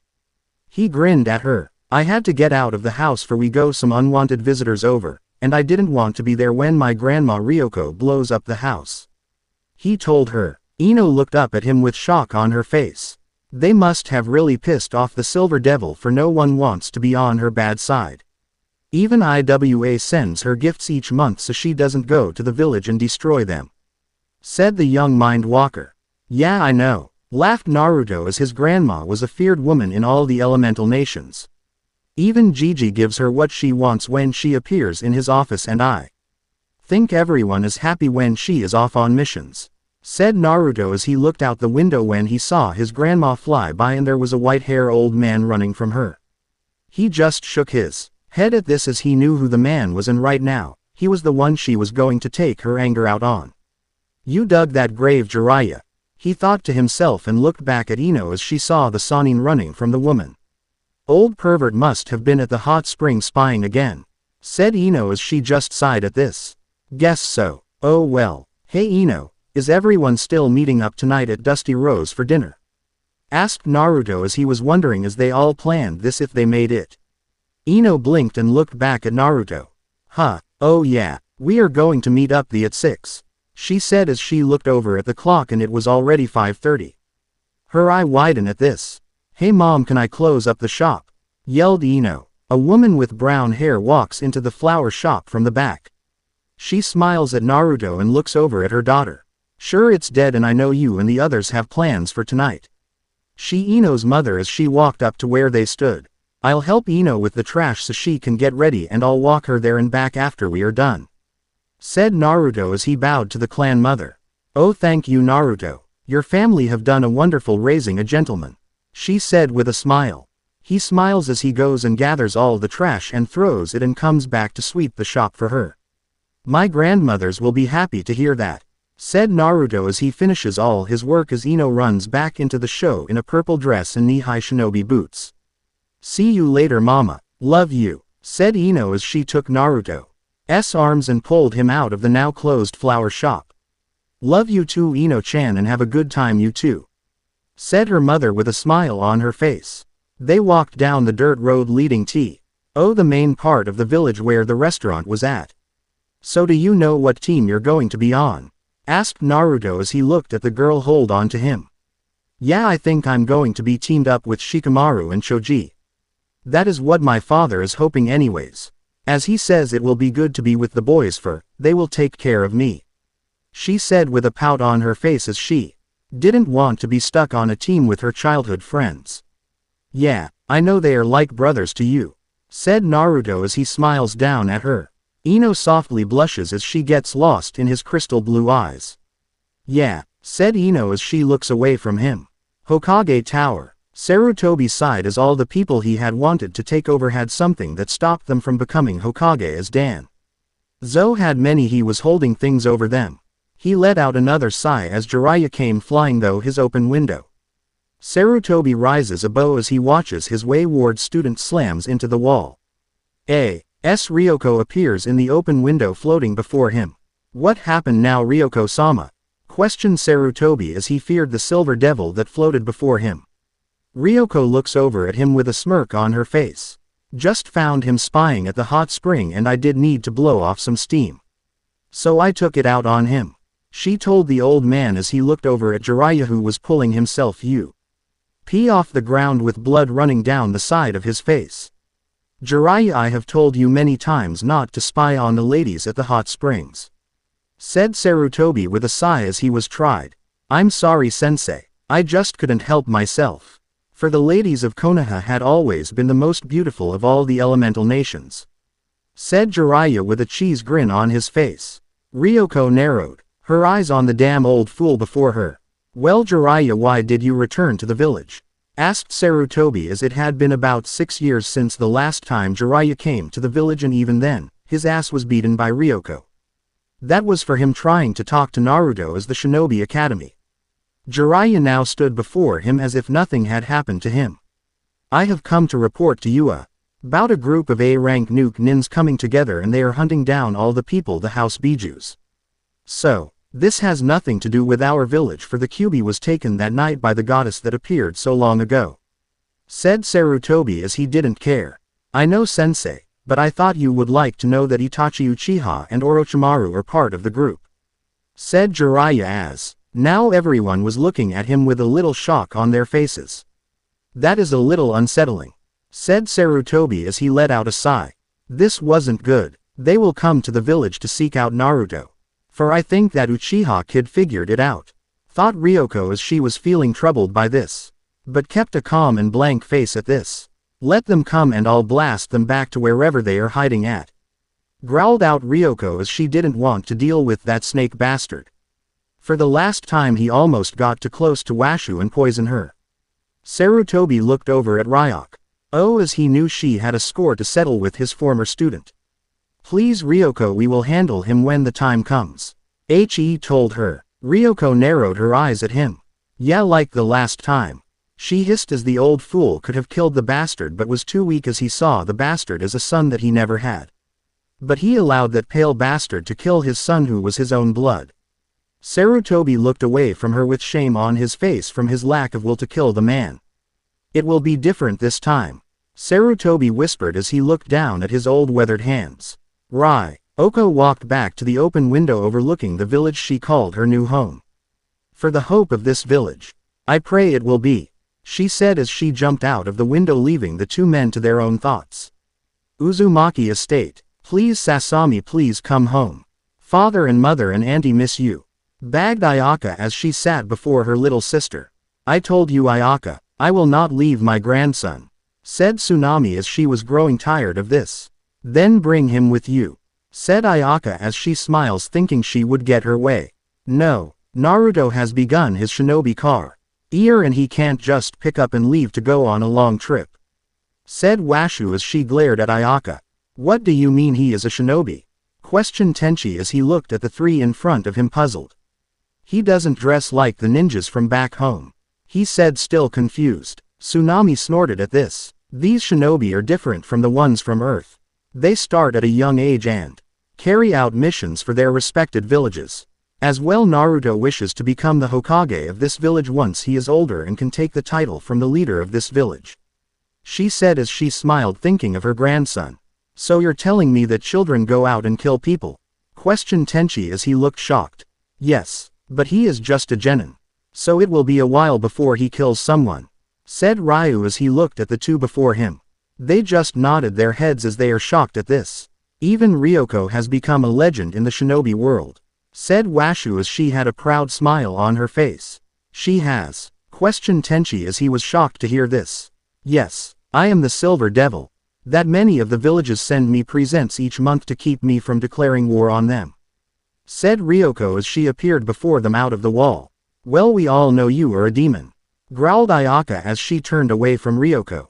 Ryoko just smirked. "Yes, spoiled princess. No one here knows nothing about you, and you are nothing," she said with a smirk on her face. Ryoko looks over at Washu. "Mom here is known as the mad scientist as no one can tch her with poison making and has taken out whole arms on her own," she said as she looks at Washu with a smirk on her face. Now Tenchi was looking at Washu. "That is shocking," he said as people they used to know have changed so much. "I have killed whole arms with my hands," said Tsunami as they all looked at her with shock and fear on their faces. They would expect that from Ryoko and Washu, but not sweet innocent Sasami. But Ayaka began to speak was cut off by Tsunami. "In this world you either fight or you die," said Tsunami as she looked down at her hands that had blood of many shinobi. "But Sasami, how could you?" asked Ayaka as she couldn't wrap her mind around this. "I have told you, I am now Tsunami. Sasami and I are now one. Like I said, I am a shinobi and I fought for my clan and my homeland that is now all gone," she said feeling sad of all those who died at the start of the second SWW. Tenchi took Ayaka's hands and she looked to her husband as she watched him shake his head to her. "They have changed in this new world of theirs. They are not the same people we once knew," He told her. "For once you got it right," said Ryu as he didn't like his annoying sister-in-law and her foolish husband that allows his wife to walk all over him. Their marriage was not blessing whatsoever by the three goddesses. All the genin hopeful sat at the academy awaiting their fates. Who was going to be their teammates and who are going to be their future Jonin senseis? So do you think your grandmother Ryoko would take on a genin team? Asked Ino as she was wondering. Naruto looked up at her. Nah. I don't think she would. She does like teaching me. But to teach other people, I don't think she would want to do it. Also you know she loves taking all those S-rank missions that even Anbu don't want to touch. Also I think all the cages of all the other villages would have heart attacks knowing Shish. E is training the next generation and making little mini Ryokos. He told Ino and the others as they just listen. Troublesome. It is already bad enough to have one mini Ryoko running around in the village as it is. Said Shikamaru with a smirk as he looks at the silver blonde. Said boy just pouts at him. Hey, I'm not as bad as she is. Whined Naruto as he crossed his arms across his chest pouting. Yeah, and the civilian council just sends you all you can eat coupons on them to every restaurant in the village to keep you from pranking everyone to no end. Question Kiba thinking as he is smirking at the boy. Naruto grins. That just how to keep us in free dinner for as long as I can. He said. Everyone just laughed at the boy's antics. Just wait until we make names for ourselves in the elemental nations. I'm pretty sure I can make a bigger name for myself than my grandmother's. Said Naruto as he grins. For he was already making his entrance into the world. With making several poisons that even Washu had a little trouble with, and where the poison enters the skin leaves a small nine-tailed fox on it. For it has been called the fox's 9 shadows of death. For a person goes through 9 different symptoms that makes the person looking for the curse for the poison to treat the poisoned person for the wrong thing and led them to a quicker death. Ryoko had fun field testing it on several from IWA. As well, the name of the creator of the poison was slipped when Ryoko was laughing about it to one of the IWA shinobi that had gotten away, and Naruto already has a bounty on his head and an attack with a team if seen out in the field. Something the blonde was shocked to find out when the Hokage had called Ryoko into the office to question what he fuck was going on and how IWA got an academy picture of Naruto. Classic Ryoko just grinned and said it was part of the yearly Christmas card she sends to IWA for thanks for all the gifts they send her and her family every month. Anyways, back with the brats. Iruka walked into the classroom looking up at all the genin that were going to leave a mark on the shinobi world and the ones that will fizzle out and just become normal civilians once they had their first C-rank mission. Good morning everyone, said Iruka as he smiles at everyone. All the kids that had passed the academy exam stopped talking and looked at the chunin sensei they had for the past few years of their life, waiting to hear what he had to tell them. Today is team placement, and as well with learning what teams you will be on. You will also be meeting your future Jonin senseis, said Iruka as he looked at each and every one of them as he spoke to them, hoping they understood what he was telling them. That life was going to be changing for them and it wasn't going to be all fun and games anymore. They are now seen as adults in the village. Once making eye contact with each of them, all smile crosses Iruka's lips as he looks down at the papers before him with all the teams and the fate that waits them all. Alright, team 1 will be, began Iruka as Naruto and crew just the man out and went back to just talking with each other. Team 7 will be Naruto Uzumaki, Sasuke Uchiha, and finally Sakura Haruno, and your Jonin sensei will be Kakashi Hatake, said Iruka as he looked at Team 7 as he saw Naruto hitting his head on his desk as Sasuke just smirked and Sakura just giggled at his antics as this was going to be fun. She got the man she has ever loved on her team, but kept calm as she knew that the Silver Devil was in that room somewhere watching them. Why? Cried Naruto as he wanted to be on a different team. Team 8 will be Hinata Hyuga, Kiba Inuzuka, and Shino Aburame. Your Jonin sensei will be one Kurenai Yuhi, said Iruka as he looked at Team 8. They just smiled and nodded their heads at each other. Team 9 is still in rotation. So now let's move on to Team 10. Team 10 will be Shikamaru Nara, Choji Akamichi, and Ino Yamanaka. Your Jonin sensei will be Asuma Sarutobi, said Iruka as he saw a small pout on Ino. But Brus headed off thinking she was upset for she wasn't on the Uchiha's team. Well, your Jonin senseis will be here shortly, said Iruka as he stood up and bowed to the children before him. Give them hell, he thought as he left the room, leaving all the teams together to chat and figure out their futures as shinobi of Konoha. The door slides open and in walk in a group of Jonin. Each one looking at each and every one genin sitting before them. Something in their eyes showed that there was disappointment in some of the teams that they had gotten. Even thought the academy was still eyeing them like if they were in war times. It did take it easy won them, and some of them looked they still needed a little more time to be ready to be a shinobi in this ever-changing world. Each Onin called their team until Ryoko appeared before them holding a silver hair man in her hands. Now Kakashi, you were not planning to be late now were you? She asked him in a sickly sweet voice.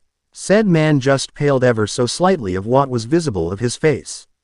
No Ryoko-sama, I was just making my way here, he said with fear lacing his voice. Then why did I find you sitting in a tree out front just reading your book? Questioned Ryoko as she smiles at him. I was just waiting for the room to clear out some more. For there was too many people in here and I wanted to watch my students a little more. Said Kakashi as it was true, he did want to study his future students that he may or may not fail. Ryoko nodded her head and smiled at him once more. I just want to let you know. If I hear you are late for any team training or anything, you will be answering to me and the old man will be damned for I still outrank your ass. She hissed at him at the end. Everyone in the room took a huge step back away from the two silver-haired people before them. Yes, Ryoko-sama, said Kakashi as tears rolled down his cheeks as he was scared to even test his team. He figured just passing them here and now would be better for his health. Come Team 7, let's heads to the mission's office for our first mission, he cried getting out of Ryoko's hands and running away from her. Ryoko smiled as she waved at him and her grandson. Have fun Naru-chan, she called after her grandson who ran after his scared sensei. Kakashi looked over his shoulder as he led his students to the Hokage's tower. He wasn't sure if he was right about skipping the test for them. But just thinking about Ryoko taking Naruto on as her apprentice it wouldn't end well. For the teenage is already in the bingo book for a poison that he created not too long ago. So you truly do fear my grandmother, said Naruto as he is watching the back of the silver hair man's head. Well, if you three didn't pass the test I gave you, who's not saying that Ryoko-sama wouldn't have taken you on as her apprentice? Said Kakashi as he looks over his shoulder at his student. Naruto nods his head to this. Well, more likely I would have become the apprentice to my great-grandmother Washu as she has been playing with the idea of taking on a genin team, he said, as he closed his eyes and crossed his arms across his chest nodding his head to this. Kakashi just paled even more to this. The mad scientist Washu with her own genin team. The last time she had one was during the first SWW. She had stuck fear into even those that held bijus within themselves and ran from her on the battlefield. Well, we can't have a repeat of her last genin team, he said as he put his book away. Naruto smirked as Sasuke and Sakura looked a little confused at this. Her team was very deadly and way stronger than our Sannin, said Naruto as he looked back at his two teammates. They just nodded their heads to this as they both looked shocked at this. Yeah, they took on 3 bijus with no trouble. It was when the 4th biju that joined in the battle that they finally fell, he added as he saw their faces with shock written all across it. Then why isn't she not training us? Questioned Sasuke as this would give him the straight he would need in the future. That is because my darling little Tsunami will not allow me to, said Washu as she appeared next to them floating on her pillow. Hey grandma, said Naruto as he smiles and waves at her. Hello, my Naru-chan, said Washu as she smiles at them. So did you pass your team test? She questioned looking over at Kakashi as the man turned his head away from her raising his right hand to his right cheek scratching it. I passed them on the spot, said Kakashi with a nervous laugh. He passed us and didn't test us on how well we work together as a team. I think Gr. and Ma Ryoko scared him half to death dropping him off at the academy, said Naruto as he grins looking at his sensei as he closes his eyes at him. Kakashi narrowed his eyes at his blonde, silver-hair student. How did you know what the test you was? He questioned him. That is easy. All genin teams are made up of 4-man cells. There is no genin teams with only 3 or 2 members, said Sakura as Sasuke grinned nodding his head to this. Well, that is good, you know what the meaning of the test was. But remember this, those who abandon their mission are trash. But those You abandon their teammates, friends scum worse than trash. Kakashi tells them as he waves a single finger up in the air at them. He does have a point.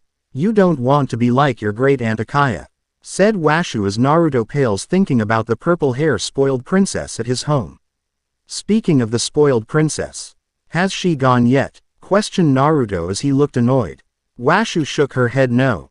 No, I am having a few issues, she told him. Sakura looks at the darker Pinkett a little puzzled. You have visiting family, she asked a little puzzled as they learned in the academy that the Uzumaki clan was wiped out during the SWW2. She is the sister of Tsunami that just dropped out of the air, said Washu just smirking at them. They just nodded their heads at this. Yeah, the witches wants us to leave her and go back home with her, grumbled Naruto as he crosses his arms over his chest. I don't like her nor the fool she is married to. I don't even want to meet my spoiled ass great cousin, he said. Don't worry Naru-chan, we are not leaving here. It would have to take several armies to drag us kicking and scream out of this village, said Washu as she laughs. Good, said Naruto as his teammates and sensei just pale at what Washu said. They had arrived at the Hokage Tower and Washu smirked. Well, I'm off. You know, dealing council BS with your other great-grandmother, she told Naruto and the others. Okay, love you, said Naruto as he hugs Washu as she returns the hug and moves up the stairs to the UNCIL chambers to deal with all the fools that have nothing better to bitch about. Kakashi looked at his cute little genin and led them to the first floor to the mission desk. The chunin sitting behind the desk look on with shock written across his pale face at seeing Kakashi Hatake with a genin team. He blinked his eyes several times and flared his chakra hoping this might be a genjutsu, but it wasn't. What he was seeing before him was real. Hell had truly frozen over and the devil most be coming to Konoha to collect a few souls tonight. Team 7 here for their first mission. Aid Kakashi as he looked at the man before him with a lazy eye smile. Yeah sure. We only have fence painting right now as Team Guy took the Tora mission just 10 minutes ago, said the still stunned chunin. That will be fine, said Kakashi as he took the scroll to look over the mission details and looked over at his cute little genin. It appears the academy needs the fence painted in. That will be our first team mission before we move up on mission, he told his students as they all frowned at him and grumbled under their breathers as they are wasting their talents and skills on doing chores for the village. Fine. The quicker we get this done, the quicker we get our 30D ranks done. We get our first C rank, said Naruto as his two teammates nodded their heads too. This and he looks over at the chunin behind the desk. Have another one ready for us, for we will be back soon, he told the man as he and his teammates turned to leave as a stunned Kakashi just stood there like a stunned fool. Snapping out of it, he follows after his team and finishes giving the details where all the supplies will be. Uzumaki compound. Ayaka moves around the house looking at everything in the place and finds pictures of Kushina and Minato. She studies the photo of Kushina as her eyes widen in horror.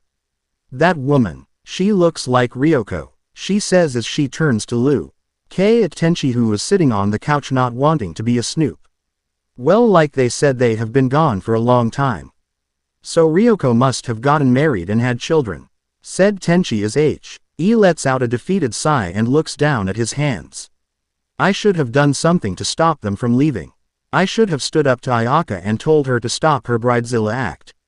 He KS to himself as he lets out another sigh as he had missed out a lot of his friends' lives. Yes, I was married a long time ago. She was my daughter, came Ryoko's voice from the doorway. Both Ayaka and Tenchi look over at the silver-hair woman as she walks into the house and sits down in an armchair across from the two. What happened to your husband? Asked Tenchi as he wanted to know. For he only saw one man living here and it was Sasami's husband. A soft smile crosses Ryoko's lips as a faraway look appears in her eyes thinking about her love. He was murdered before the Second Great Shinobi War, just hours before sending our daughter off to his sister Mito. It all happened while I was away on a mission to get information on the attacking forces. It appeared one of their shinobi got onto the island and snuck into the Uzukage Tower, and while his back was turned the bastard slit his throat, she told them. The look of horror was all over Ayaka's face as shock was on Tenchi's. Ryoko lets out a soft emotionless chuckle. He did something right though. He sent our daughter away before she could suffer his fate for, she was always in the tower with him. While I was on missions or with Washu in her lab always training. As she wanted to follow in her mother's footsteps and be a devil on the battlefield.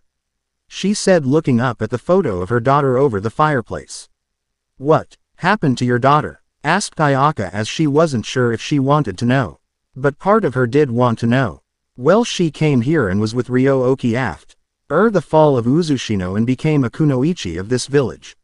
Fell in love and got married after fighting in the Third Great Shinobi World War. But sadly I was too late getting her. For she was murdered after giving birth to Naruto. The night of his birth he lost both his parents and became the jailer of the Kyubi no Kitsune. Said Ryoko as she had a sad smile on her face. Murder? Question Ayaka. Yeah, for she was the jailer for the Kyubi before her son and the man that killed her. Wanted the beast that she held within her.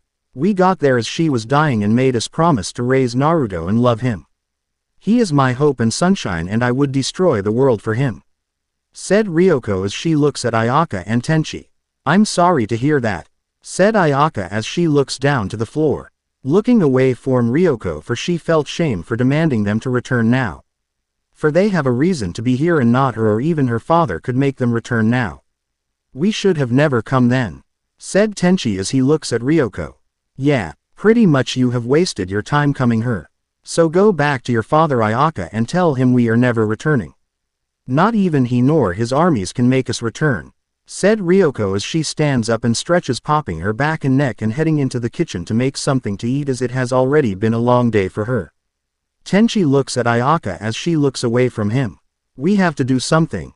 Said tells him. No, this is their life. We can't do anything anymore. Said Tenchi as he stands up and walks over to his wife. Then what do I tell our father? Ayaka asks him. You tell him we have moved on with our lives and I am no longer Sasami but Tsunami. Come the voice of Tsunami as she walks into the living room. Her eyes never leaving the couple. This is the life you choose? Asked Ayaka as she wanted to know. Tsunami nods her head. Yes, this is my home. And everything that is important to me is here. My family is here and I'm not leaving them or forcing them to leave here. For Naruto wants to follow in his father's and grandfather's footsteps and become a kage of this village. She tells her sister. He is a crowned prince of Jurai. That is a prouder title than this kage thing. Ayaka tells her sister. Tsunami shakes her head. No it isn't. For kage you work your ass off for it. It is a title you earn. It isn't something you are born into or given. It is something that is earned. That is what he wants. She tells her sister. Besides I don't think he would know what to do as a prince as he is too down to earth. He is like a mini Ryoko and Washu mixed along with his great-grandfather. She said with a smirk. But he can do a long of great things as a prince as well. Said Ayaka as she hoped this would work. Tsunami shakes her head once more. No, but it wouldn't be what he wants. He is a Arier and wouldn't want to be a prince as he gets annoyed when people add Sama to his name and try to treat him like a prince. She told her sister. She appeared to be shocked by this. She had never heard of anyone ever thinking that way before. For she was used to people always wishing to be royalty. Well that is my Naru-chan. He isn't like normal people. He just wants to be a Norma. Kid and be a shinobi and later on Hokage of this village just like his father. Said Tsunami as she looks up at the photo of her granddaughter and her husband. Shinobi Academy. Naruto and Sasuke glared at each other. You're in my way. Growled out Naruto as he glares at the raven hair boy before him. I don't care dope. I was here before you. Growled out Sasuke as he glares at the boy before him. Sasuke-kun. Naruto. That is enough. Said Sakura as she was growing tired of the two fighting over who was their first. Kakashi walks over to them both and smiles down at them. You two need to work together for if we are not done soon. We will never get the 30D ranks we need to move on to the first C rank you wish to have soon. He told his two male students. Sasuke scuffs and moves over to another wall and Naruto smirks and crosses his two fingers together and makes 30 more clones of himself with their own paintbrushes and set to work. Kakashi watch. Head on with shock as he never seen his student use shadow clones and as well make so many of them. His single eye was wide with shock and his mouth hung open from under his mask. What in the hell? He questioned himself. You know what, I'm not going to question this. Uzumakis are devils, he told himself as he went back to his book. It was 3 a.m. 1 month later since Ayaka and Tenchi have arrived in Konoha. Washu was stand outside of the house with a greasy rag in her hand cleaning off her hands. I'm finally finished this ship, she said to herself. Naruto jumps out of his window next to his grandmother. Hey grandma, he said to Washu, who turns to look at him with a raised eyebrow. Morning Naru-chan, what are you doing up this early?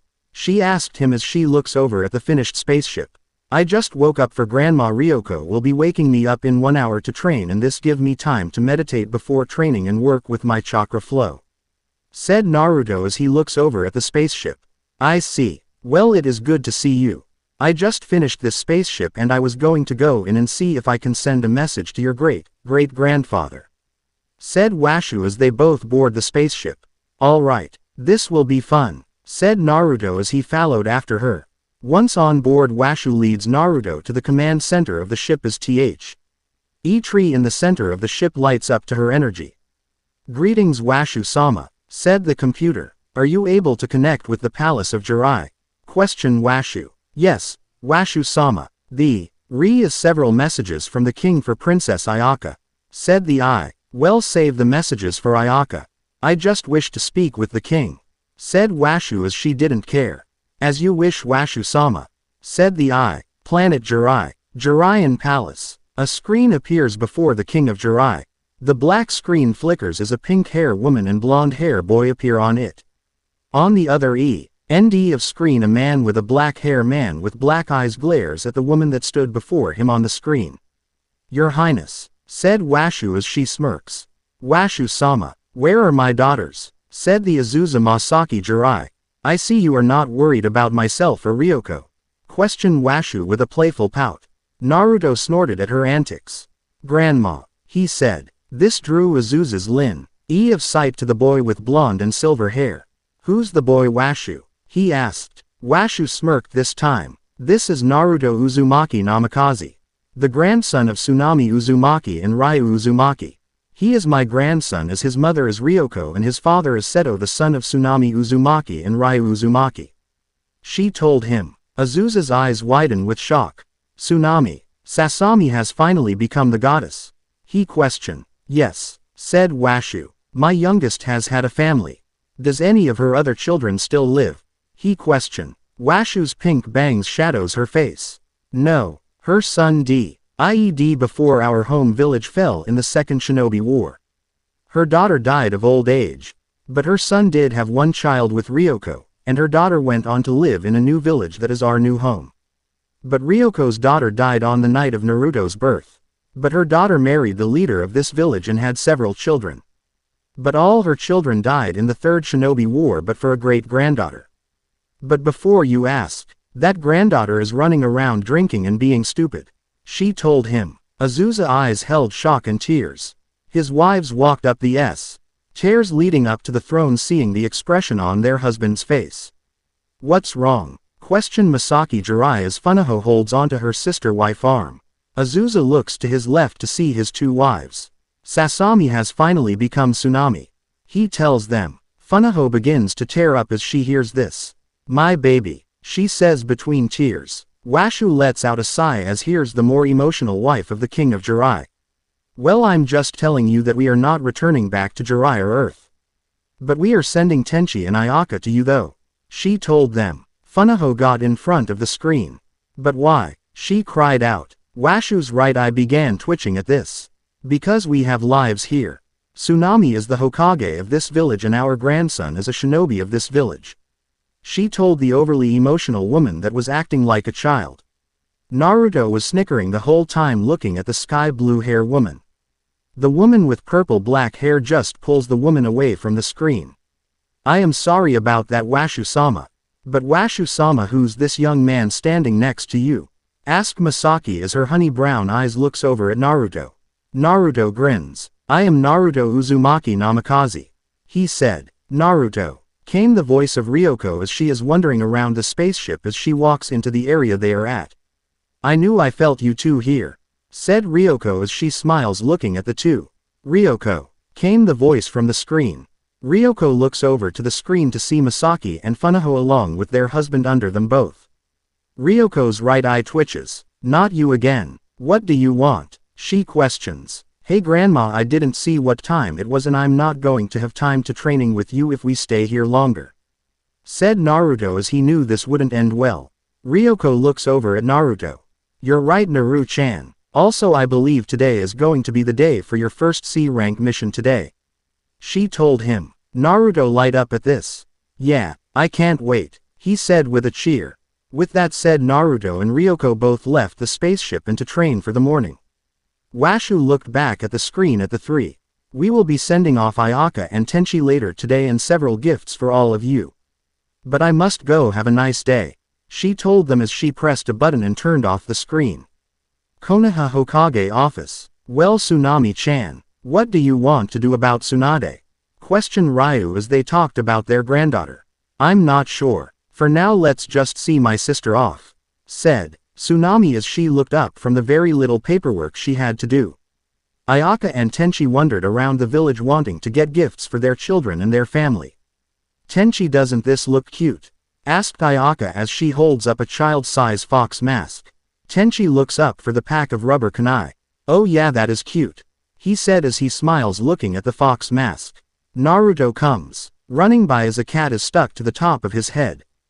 Get this damn cat off of my head, he screamed. Both Ayaka and Tenchi blinked as they watched their great nephew run past them. They watched two other young teens run after him and a silver-haired man walk past them with an eye smile. Tenchi quickly paid for the items in his and his wife's hand and follow after them. They arrived at the Hokage Tower as they could still hear Naruto yelling about something as they walked into the building and up the stairs to the Hokage office. Grandma, that is our 30th D-rank mission. We are ready for our first C-rank mission, said Naruto with his loud and bombing voice. Tsunami giggled. Well my dear, I am glad you and your teammates have finished your first 30 missions before all those in your graduating class, she told him with a playful smile on her face. Tenchi knocked on the open door. Tsunami looked over at the open door to see her sister and Tenchi standing at the open doorway. Come in and have a seat on the couch. I am in the middle of a mission briefing at the moment, she told them as Tenchi nods his head and took Ayaka's hand before she could say anything, demanding for her sister to stop and talk to them. They sat down on the couch and waited. Well Kakashi-chan, do you think your team is ready for their first C-rank mission? Asked Tsunami, as she was giggling at how the silver-haired man just blushes under his mask from her teasing of him. Clearing his throat, Kakashi smiles. Yes Lady Hokage-sama, I believe they are, he told her. Tsunami nodded her head to this. Good, for I have a mission from the land of wave. Please show Intozuna, she called out to the Anbu out in the hallway. Planet Jurai. Tenio stepped, pit of the shadows with a teenage girl standing next to her with her head bowed down looking to the floor. Tenio, what brings you here? Questioned Azusa as he watches his granddaughter and Tenchi's eldest sister standing with the eldest daughter of Ayaka and Tenchi. Grandfather, I saw that Tsunami-sama has a grandson and I was not allowed to choose the wife for Tenchi. So allow me to choose the future bride for Tsunami-sama's grandson, said Tenio as she looks up at her grandfather and his two brides. My dear, it will not be as easy as you believe, said Azusa as he narrows his eyes at young woman that stood before him and his two lovely wives. Why do you say that, grandfather? Said the young woman that is standing next to Tenio. Azusa looks at his granddaughter. Because of whom his other grandmothers are, he told his other granddaughter. Tenio stepped forth. But grandfather, she said as she was cut off. I do not believe Ryoko-sama and who-sama will allow you to come up with an arranged marriage for their grandson, said Masaki as she smirks at her granddaughter. But, said Tenio as she was cut off once more. I believe Ntie Sasami would allow me to marry her grandson, said the lavender-haired girl with pearl-colored eyes with black pupils. I don't believe this will fly with them, my dear Aki-chan, said Masaki as she smiles at the young girl. Gates of Konoha. Naruto had a chill run down his spine as he looks back into the village where he could see Ayaka and her annoying husband walking thought the village shopping. I have a bad feeling they are going to bring me my future doom. He thought to himself as he let out a sigh. Sasuke and Sakura looked to where their teammate was looking and frowned at the two people he was looking at. As they had the displeasure head to meet the two and both agreed disliked Ayaka royally. So when are those two leaving? Asked Sasuke as he wanted them gone be. Why the time they arrived back to the village. Naruto looked back at his annoying friend. Not too soon. I think they will be leaving in a day or two. He said as he turned back and looked over. To the two gate guards yawning and just flipping thought a magazine. He just rolled his eyes. Kakashi come walking up with an old man in tow. I am glad to see my cute little genin ready for our first C-rank mission. He said with an eye smile. Uzumaki Estate. Tenchi, do you think the kids will enjoy all the presents we bought them? Asked Ayaka as she looks over at her whipped husband. Yeah, I think they will enjoy everything we got them. Also that kimono we got Aki-chan. Said Tenchi with a smile. Ryoko walks past them with a backpack on her back. Where are you heading to, Ryoko? Asked Tenchi as he watched the silver-haired woman walk past them. Ryoko stops and turns back to the two. I am heading out. Tsunami has added me to Naru-chan's mission. For Summit, Hing is off about this mission they have taken on. She told them as she turned around and Ryo-Oki jumped on her shoulder before they took off. Oh, was all Tenchi could say as she vanished into nothing.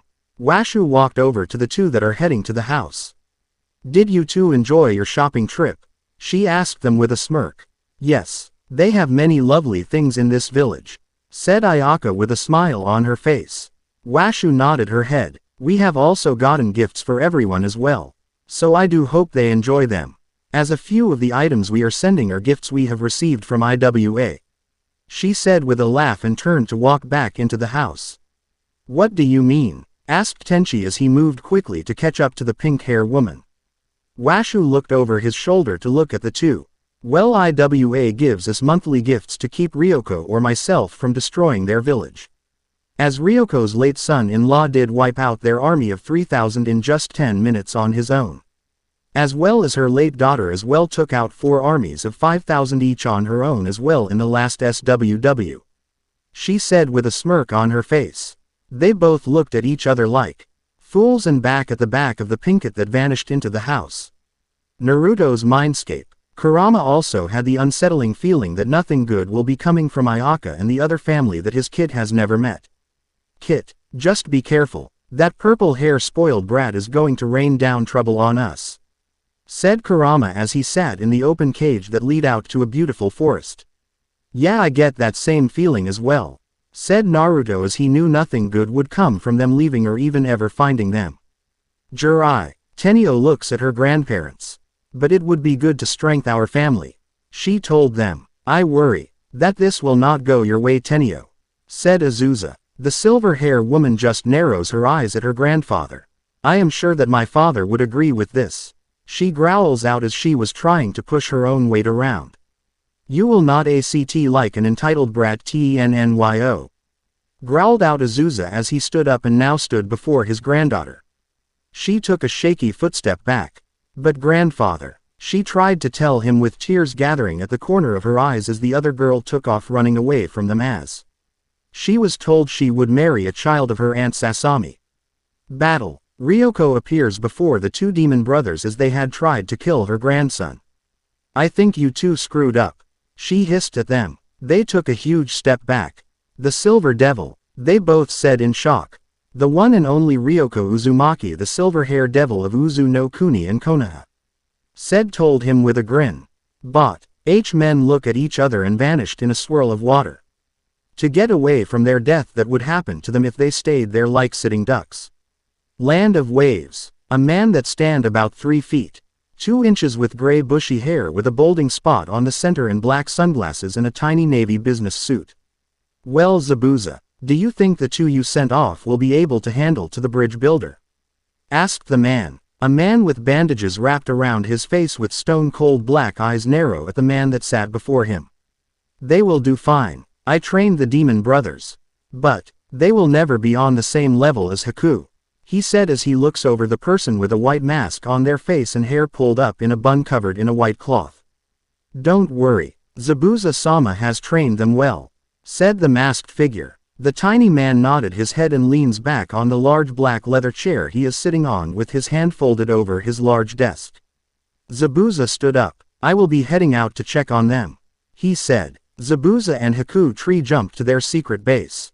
Zabuza-sama, said Haku. What is it, Haku? Growled out Zabuza. Haku looked at his master a list confused and frightened. The closet hidden shinobi village to the land of wave is the hidden leaf. He said. What point are you trying to make, Haku? Zabuza asked with a little annoyance in his voice. Isn't that the same village the silver-hair devil and the mad scientist live in? Questioned Haku. Zabuza froze mid-jump and landed on a tree branch just before their a cray base and standing outside looking frightened were the demon brothers. Yes, both those women live there, said Zabuza as he looked at the two cowering fools. Report, he ordered. The silver-hair devil of Uzu no Kuni and Konoha is on this mission and I believe we attacked her child, said on the brothers as the other brother shook with pure fear of meeting the legend in the flesh.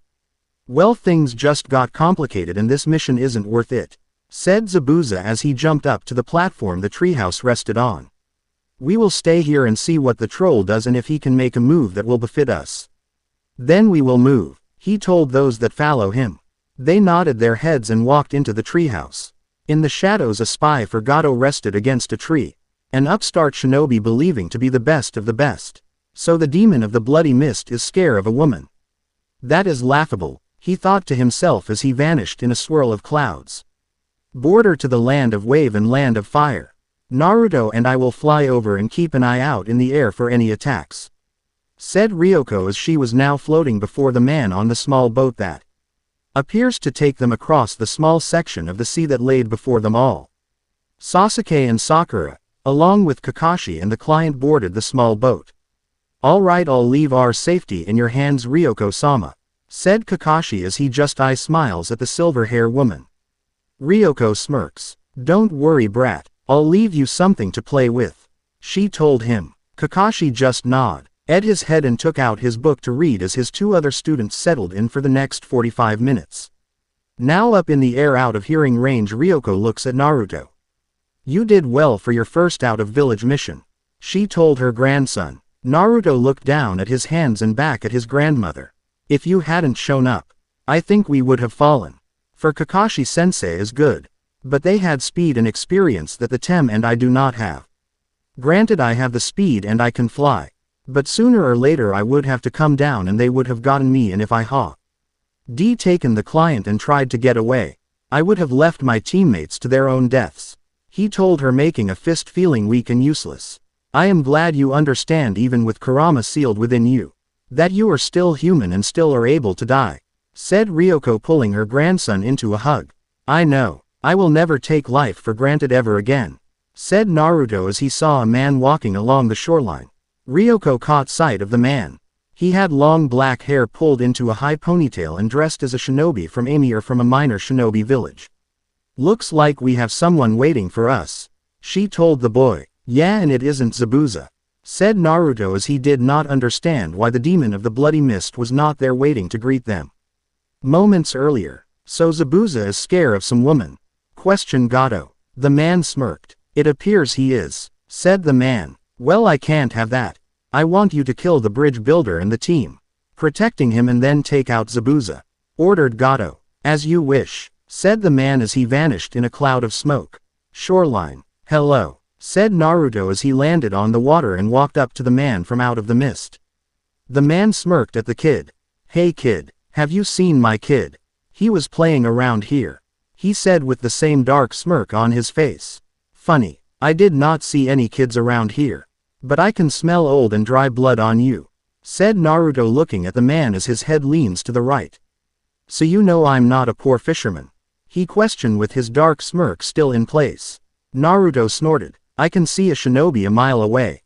You're not fooling anyone with that story as well. You are dressed as a shinobi, he told the man that stands before him. It appears Konoha is finally training excellent shinobi for once, he told the silver blonde before him. They have always trained excellent shinobi, said Naruto, still keeping his voice calm and even as he knew that man was trying to goad him into a fight. So boy, where are your teammates? Questioned that man. Naruto looked over his shoulder. They are still about 3 miles out. He told the man. Then why are you here alone? He questioned as his hand was slowly moving behind him. You could say I am their scout, said Naruto. Boat. Ryoko appears before Kakashi. Nah, Ruto is checking out a person on the shoreline. So if things go south, be ready to move quickly, Kakashi. She told. Kakashi just nods his head as he turns the page of his little orange book. We will, Ryoko-sama. With that said, Ryoko vanishes to go and watch her grandson fight. Sasuke looks at Kakashi. How can the dope fly and why does his grandmother fly? He demanded. All eyes are now on the silver hair man. Kakashi let out a sigh. To be honest, I do not know. All I know is that Ryoko-sama and her family are not of our world. They are special and can do things we are not able to do. He told them. Sasuke just glares at the sea that lays before him as he could not see through the thick mist. Naruto stood before the smirking man. You know your sensei W. As a fool for allowing a wet behind the ears genin ahead of his team. Said the mocking man. I don't think I would say that about my sensei. Said Naruto with an innocent smile on his face looking at the man. The man scoffed at what the silver blonde had told him. Tell me boy, who's your sensei? He questioned as his hand inched closer to the pouch on his back. Naruto now smirked at the man before him. Which sensei would you like to know the name of? He questioned with a laughing tone in his voice. The man stopped his hand as he stood there blinking looking at the boy before him. What kind of loser has more than one sensei? He questioned mocking the boy now. Naruto pouts glaring at the man before him. Fine boy, tell me whose your senseis are, said the black hair man with laughter at him. Naruto nods his head. Fine, you asked for it. There is my great-grandfather Ryu Uzumaki, great-grandmother Tsunami Uzumaki the Hokage of Konoha, great-grandmother Washu the mad scientist, grandmother Ryoko Uzumaki, Jiraiya of the Sannin and Kakashi Hatake of Team 7. He told the man who was now paling as he knew the names. But he believed them all to be dead but for 2 of them. It shocked him to hear that the goddess Tsunami was now the Hokage of Konoha. How are they still alive? He questioned as he took a step back away. He had heard stories Fr. His father and grandfather of the 4 warriors of Uzu. This is when Ryoko appeared before the man. It is amazing what one could do with seals. She told him in a mocking tone as she just floated there before the fool and her grandson. The man took a step back from the devil that was floating before him. So this is why Zabuza was scared of fighting this woman. But I will make a name for myself if I kill the bitch. He thought with a grin on his face as his hand quickly moved to his pouch pulling out several kunai and several seals in his hands. Unknown to this Zabuza and Aku had followed the fool who was spying on them. Fool, he is just genin level himself, maybe low chunin level if he is lucky. But he doesn't stand a chance against the woman before him. He tells his student as he looks down at Haku who had taken off his to watch the battle that will happen in the next few minutes. Well lady, I don't give a damn who you are. I am Kim Ju. I am from Amy. Pain-sama entrusted me to come and handle this mission from his own private shinobi. Said Kim with a grin on his face as he hoped his name would strike fear in the woman before him. Naruto rolled his eyes looking at the man before him. Are you not a missing shinobi from some minor village? He asked the fool before him. Kim grinned looking at the boy before him. Yeah, but Hat village was weak and could never give me what I would ever wanted. If I can kill this bitch before me, I can join Pain-sama's private guards. He said with a smug look on his face. Well little boy, you would need to be stronger than a Sannin to take me out and there are only 3 Sannin in this world of ours. That means you will never take me out. For I know Jiraiya the Oth. R2 would never take your weak ass as a student. Said Ryoko. This is when Kakashi and the rest of Team 7 had shown up. Kakashi watched the man standing before his student and the devil before them. Getting into trouble already dope? Questioned Sasuke with a smirk on his face. Naruto looked over his shoulder at his teammate. No Tem. He was planning to attack us when we landed here. He told the raven hair boy. Whatever loser, said Sasuke as he crossed his arms over his flat chest. Which made Naruto chuckle as at times Sasuke acted too much like a girl at times. Shut up Tem and allow my grandma to handle this fool. Said Naruto as he turned back. As he was turned his head back to look at the fool, Kim made his move and tried to grab Naruto and pulling a kunai to the boy's neck. But something odd and scary happened. Naruto phased thought the man and jumped up into the sky near his grandmother. Ryoko narrowed her eyes at the bastard that just tried to use her grandson as a shield. You just sign your own death warrant, she hissed out at the bastard. Kim paled as he saw a strange glowing orange beam in her right hand, growling at the man before her. What the hell are you? He demanded, as fear was now lacing his voice. Ryoko grinned at him. I am the devil and you are going to pay with your soul, she growled out with a dark grin on her face. But her eyes moved to the forest before she attacked the fool before her and saw the two that has been watching the death of the little pet of Gato. Zabuza froze for a moment. As he felt her gaze on him and he could see his death. He looked over at Haku. We need to leave and get out of here, he told his student son. Haku nodded his head and they both stepped back into one of Haku's mirrors and vanished from the silver woman's sight. Before Sasuke and Sakura knew what happened, the man that tried taking Naruto as his prisoner was now on the ground, cut down. The center of his body as her energy sword burned through the body, stopping the blood from spraying out and covering everyone before them. What the fuck? Cried out Sakura as she had never seen a dead body before. She turned away from the sight before her and Sasuke just froze as his eyes grew huge as he was now having flashbacks to the night he found out his father and several other clansmen had died. He was scared and didn't know what to do. Ryoko sealed the boy away quickly and looked over at Kakashi. You need to take care of those two brats, for this isn't the reaction they'll be having from seeing a kill happen, she hissed out at the silver hair man who was even shocked in his own. Yes, Ryoko-sama, said Kakashi as he nodded his head and quickly moved to his two scared students. He looks over at Naruto who took this better. How are you taking this so well, Naruto? He questioned his student. Naruto looked up at his sensei with a sad smile on his face. I have had my first kill a long time ago, so I have already these reactions and freakouts like the others, he said, looking away from his sensei and team. Boss, a man yelled as he ran into the office of Gato as he was panting and fell onto the ground. Gato looked over his large oak desk looking at the thug panting on the ground before him. What is it? He asked, looking annoyed, as he didn't want to be bothered as he was going to take time with his new little toy that his boys had just brought him. The thug got back onto his knees. The guy you hired to kill the bridge builder and then Zabuza is dead. He was killed, he said with fear written all over his face. Who killed him? Growled out Gato as he was growing and annoyed with this bastard before him.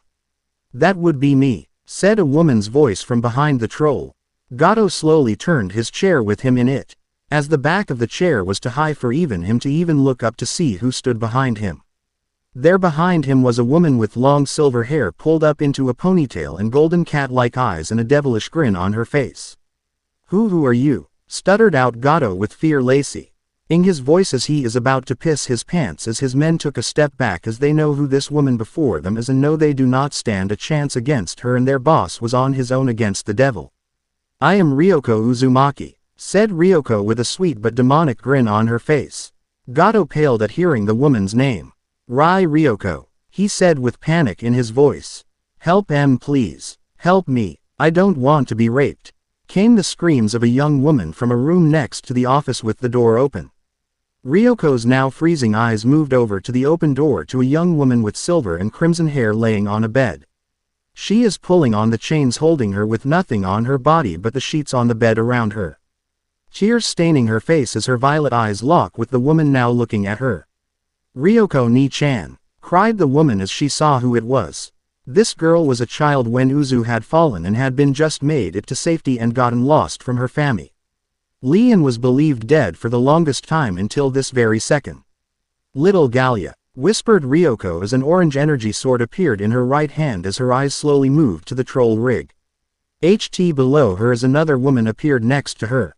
Ryo-oki, go and help Gallia, she ordered. Meow, said Ryo-oki as she vanished into the room, closing the door behind her, and screams could be heard from behind the door as Ryo-oki got to work on removing the chains and finding clothing for the girl to put on. Ryo-oki, questioned Gallia, only seeing the cabot once in her life before. Strange little creature left with the island princess had left for the hidden leaf. From the shadows Zabuza and his student watched the horror of the devil woman destroy the hideout of Gato and all the enslaved women and children and killing all the thugs and destroying all the drugs and sealing away all the weapons and money she had found as well as all the food and drink. Jewels would be added to her personal collection. For the habits of a space pirate would never leave her as well as all the fine silks and clothing she liked she took for herself and gave the rest away to the villagers. Naruto looks up at his grandmother. Did you really need to burn the place down to the ground? He asked her to look at the now burnt earth before them all. Ryoko looks over at her grandson. Yes, I did. He had one of our own. Said told him. Naruto froze at hearing this. He held an Uzumaki. He questioned. Ryoko nodded her head to this. Yes, I couldn't allow the girl to be raped by that little bastard. She said making a fist. Naruto nodded his head at this. I'm glad you saved her. He said now looking at the girl sitting with his teammates just talking. And holding a now child-size Ryo-Oki in her lap. How do you know that scary woman? Asked Sakura as she looked at the girl that held Ryo-Oki in her lap. Gallia blinked looking over at the Pinkett. Ryoko-sama was the wife of our late Uzukage before our village fell back in the Second War. But I was a small child about the age of 3 maybe 4 when I last saw her. She told the girl. Sakura's eyes widened. But that would make you in your late 20s or early 30s. But you looks like you're about our age. She said with shock in her voice. Gallia smirked. Well, when Naruto turns 16, he will begin aging slowly and will pass for a teenager for a while as well. Ryoko-sama is several hundred years old as for Washu-sama is several thousand years old. She said watching their eyes widen. Naruto snickered. They didn't need to know that. You know. He told the woman next to him. I know. But it's fun to watch others' reactions when they learn the truth. Said Gallia. Ryoko walked up to them. So kids, what are you talking about? She asked them. Gallia grinned up at her. You and Howie Uzumaki's age so slowly. She told the older woman with a grin. Ryoko blinked and then just laughed. Well, you're just only quarter of our bloodline. So your bloodline had aged you well. Naruto is half so he will age slower than you. She told her with a laugh. They just looked at the silver-haired woman wide-eyed with shock. So it is true what she told us? Asked Sakura with her big mouth open wide. Yes, said Ryoko with a deadpan expression on her face. That is shocking, said Sakura as she looked away. Naruto ran around the bridge with his shadow clones helping the other workers. Hey Brad, do you think you could make a few more of those clones? Yelled the old drunk as he was short a few more workers. Naruto looked up from where he was working. Yeah, I can make about 5 more before I get sick from when they go up in smoke. He told the old man. He lied for he didn't want anyone knowing how many clones he could honestly make. Ryoko looks over to where her grandson is. She knew he was lying though his teeth. Why is he lying to the old drunk? He can make millions of clones. She wonders to herself as she turns away from the brats and walks away from them and walks over to Naruto. Naruto, called out Ryoko. He looked up to her and ran over to her. What's up, Grandma? He asked her. She looked down at him with worry in her eyes. Why did you lie to him about how many clones you can make? She questioned him. He put his right hand behind his head and chuckled. He looked behind her to his teammates.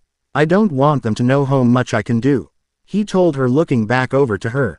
Ryoko nodded her head. I understand. For that sensei of yours hasn't done anything to put any faith into me about your team and himself.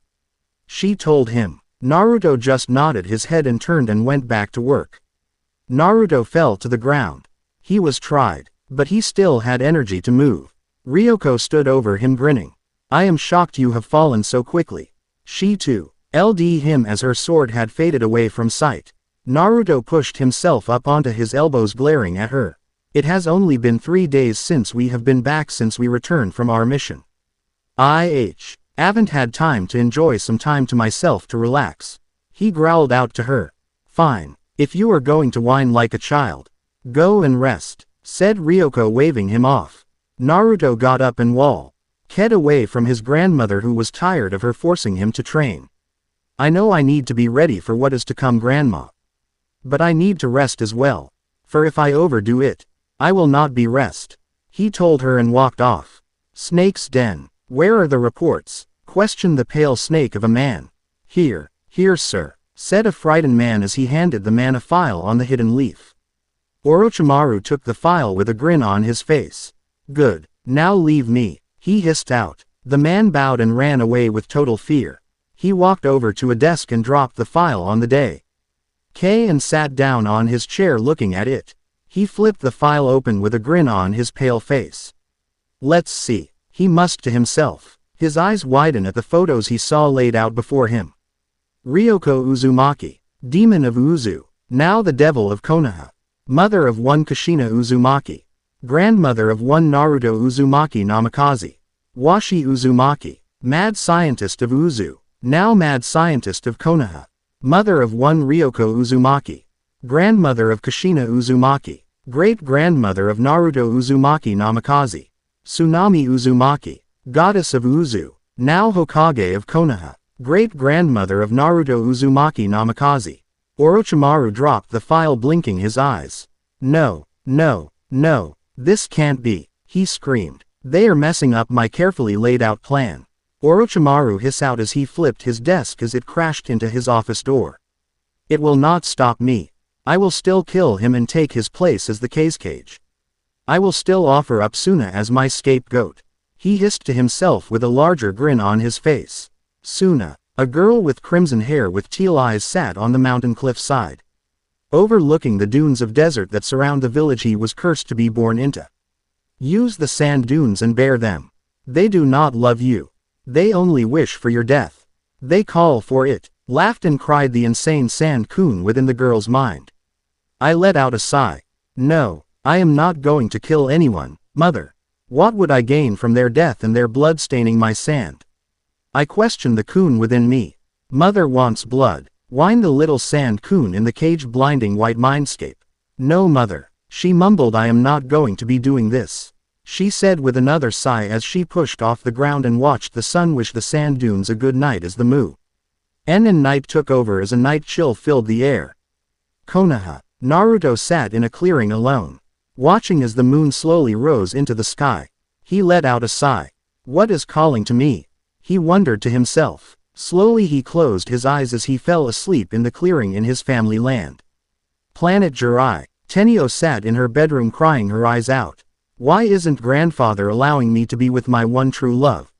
She whines to herself. Azusa stands at her doorway hearing her niece crying her pure little heart out. She closes her eyes making a fist.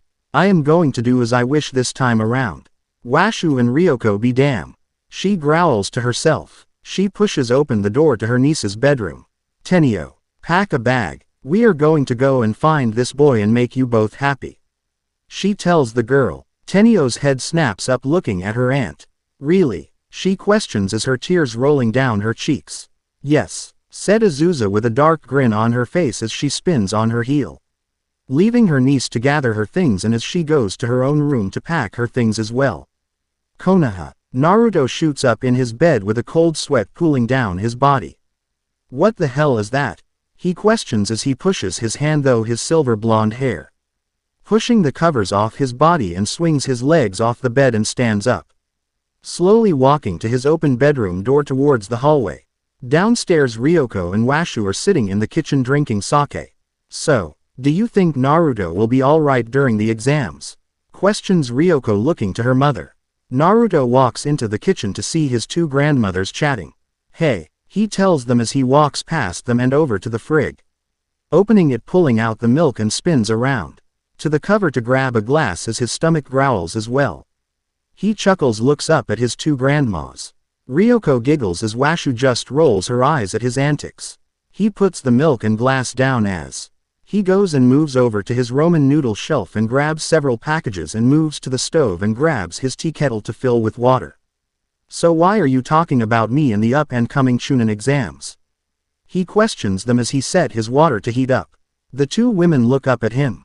Ryoko lets out a sigh. It because of how Kakashi is training you that I do not believe that your team isn't ready for the chunin exams. As this year is going to have all the major villages taking part as the war has finally came to an end in the land of water. They also have several genin tea. IMs that would put up a fight that are almost Jonin level, but are not able to move up until they take part in the chunin exams. As for we will also have several minor villages taking part as well," she said, letting out a sigh. Washu just chuckles at her daughter being a worrywart. She is just worried about all that is going to be happening and she will not be able to control it all. She tells her grandson as Ryoko just glares at her. Naruto just hums, nodding his head to this as he pours the hot water into his nods and moves to the table with the tray of cup noodles and milk. "Well, I was going to ask if it came down to it. Would Grandma allow me to enter on my own? Even though I know the exam relays solely on teamwork for the first two parts of it. Well, until the final stage where you might have to fight against your own teammate," he said as he is now digging into his food. "I am not sure," said Washu as she eyes the boy sitting across from her. "But Naruto, what are you doing up at 2 a.m.? She questions the boy who doesn't wake for nothing. Not even to eat if he is dead tired like he has been complaining about for the past couple of days to get out of training with herself and Ryoko. Naruto stops eating, placing her cup of noodles down as the chopsticks stick out of it. "Well, I had a strange dream. Like a nightmare. A woman is coming, and she is bringing my doom to me and she will not be taking no as an answer," he tells the two. Ryoko and Washu share a look with each other as Ryoko speaks up. "What do you mean your doom?" she questions her grandson. Naruto makes a face looking at Ryoko. "She wants me to marry a girl that looks like Tenchi's annoying wife. The only thing different is her hair is a light lavender color. And she told me I have no say as I am part of the royal family and must do as I am ordered," he tells them both. Washu and Ryoko's eyes become shadowed at hearing this. "Fucking Azusa has the nerve to make a move against us," growls out Ryoko. "She believes she holds more power than myself and Tsunami," question Washu as she laughs like a mad woman as a shadow of a goddess overshadow her. "I don't know. All I know, it woke me up and it left me feeling unsettled and I am not enjoying this whatsoever. I didn't like the purple hair woman that is married to Tenchi and I didn't like him either for that fact. So I do not want to waste my time on their children nor that woman that believes she has every right to try and control my life," said Naruto as he looks down at his hands. Standing at the doorway to the kitchen is Tsunami. "Do not worry, she must first find us. Then she must get past our sister that is in outer space," she tells her grandson as she walks up to him and kisses his forehead. Naruto looks up at her with a smile on his face. "Thanks, Grandma. That makes me feel better," he tells her. With Naruto having the blood of the three goddesses flowing through his veins, it wouldn't do him any good to taint his blood with that family's blood. Thought Tsunami, as they are her own family, she doesn't care, as she had always been a higher being than them, as she is one of the three goddesses. Naruto stood in the center of Team 7 training field. He has his eyes closed as he waits for his clones to spring out of their hiding spots. "Clear your mind, slow your breathing, focus on all sounds around me," he told himself mentally. Just then 4 clears appear out of thin air from their hedged spots. Naruto's eyes snap up. N and 2 kunai appeared from the sleeves of his hoodie has on this morning. He slices through 2 of the clones with the kunai in his right hand as his left hand blocks the kunai of another CL. 1 with his kunai in his left hand and mule kicks the 4th clone out of existence. "We have you now, bosses," said the 3rd clone on his left side as the clone dropped down to the ground to do a leg sweep on Naruto. But he jumps up, making the 2 other clones stumble and kicks them both in the face as they fall towards the floor. With a smirk, Naruto throws his kunai in his right hand at T. He final clone as they all finally go up in smoke. He lets out a breath as he wipes the sweat off his brow. He looks up to the sky to see that it is about 9:30 a.m. That no one on his team had even shown up yet. "Geez," he says to the wind as he sees the other teams walk by. "Naruto," calls Ino as she waves at him with a slight blush on her cheeks, this not going missed by Shikamaru, who just smirks. Naruto looks over to Ino and flies over to the girl. "Hey Ino," he says with a large grin and looks over to see Shikamaru and Choji. "Hey Shika, Choji," he tells the 2 boys with his large grin still on his face. "Hey Naruto," said Choji as he munches on some chips. "Troublesome." "Hey Naruto, where are your teammates?" questions Shikamaru with a smirk but frowns when he sees that Sasuke, Sakura, nor Kakashi are there in the training around with the silver blonde. Naruto looks behind him. Yeah, I don't know. Normally the tame would be here by 8 or 9 a.m. But he hasn't shown. Not even the fangirl. He tells Team 8. But I am not going to be worrying about it. He tells them with a grin. Now that I can see how Sasuke behaves for once, I am glad I am not crushing on him anymore, said Ino with a sigh. Good, said Choji, Shikamaru, and finally Naruto as they all break out laughing when all three boys look at each other. You're all jerks, said Ino glaring at them but then breaks out laughing hard at this. Hokage Tower. All the Jonins stand in the Hokage's office looking at the goddess sitting before them. Her beautiful face is married in an unsettling frown on her face. Her blue eyes looks over each and every Jonin standing before her. Her chilling blue eyes settles on Kakashi for a minute longer than any others in her office. Her eyes stop on her niece with a soft smile on her face. The chunin exams are going to be held here this year. We will be having teams from all the major villages and Severa minor villages and a new upstart village from the land of tea. Tsunami tells everyone standing before her. If you nominate your teams, then do it now, but there is going to be a problem for one team. She tells them all. What team will be having an issue? Question Asuma as he takes a step forward. A smile graces her lips once more. That would be Team 7.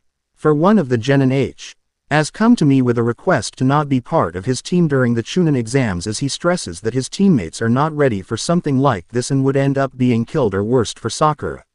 With us having a few major villages they might even rape Sasuke his bloodline or try to kill him for his eyes. She tells them all bluntly. Everyone freezes and all the Jonins steal glances at Kakashi who is hiding behind his book trying not to have an outburst. Why is Naruto doing this to his teammates? Kakashi questions himself as he lowers his book. Ma, Lady Hokage, said Kakashi with worry in his eye. Before you ask me Kakashi, I have had my spies watching you train your team and to be frank Kakashi, you are a lazy bastard, and your team will be sitting this chunin exam. Well more Sasuke and Sakura. Naruto will be going on into the exams. But his senseis during this exam will be Ryoko and Jiraiya. During this time Kakashi I want you to get off your ass and train your two students and if Naruto does make it to chunin ranking, your team will be put in reverses until we are able to find you a new teammate. But Naruto has put in a request that he wishes to leave Team 7 and become a private student of Ryoko, Washu, and Jiraiya. For he feels he is unsafe on his team for your lack of training and your lack of control of your students. With Sakura trying to attack him and Sasuke always being against working as a team and as a loose cannon out on the field and doesn't want to even bother with other things I have seen and read in my reports, said Tsunami with a dark glare at the man standing before her. I see, said Kakashi balling his fist. He felt so unsafe to come speak with me about his feelings about his teammates and me. He lets out a mental sigh and raises his book back up to cover his face as he leans against the wall. For now there wasn't anything special for me to do here anymore.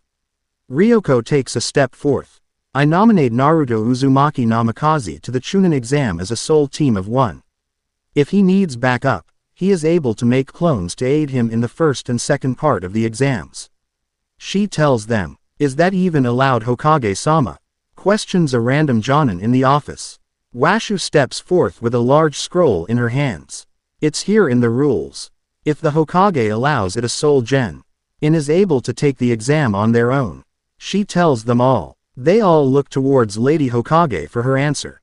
I am going to allow this. For I have seen his training with his family, and I do believe he is ready for the exams. But he is the only one I will allow, said Tsunami with a dark glare at everyone. Before they got any funny ideas. Yes, Lady Hokage, said everyone in the room. With Naruto and Team 10. I haven't seen any of the Jonins come to the training grounds so far this morning, said Naruto as he frowns and then smiles. But Grandma did say something there was going to be a meeting with Grandma Hokage with all the Jonin senseis.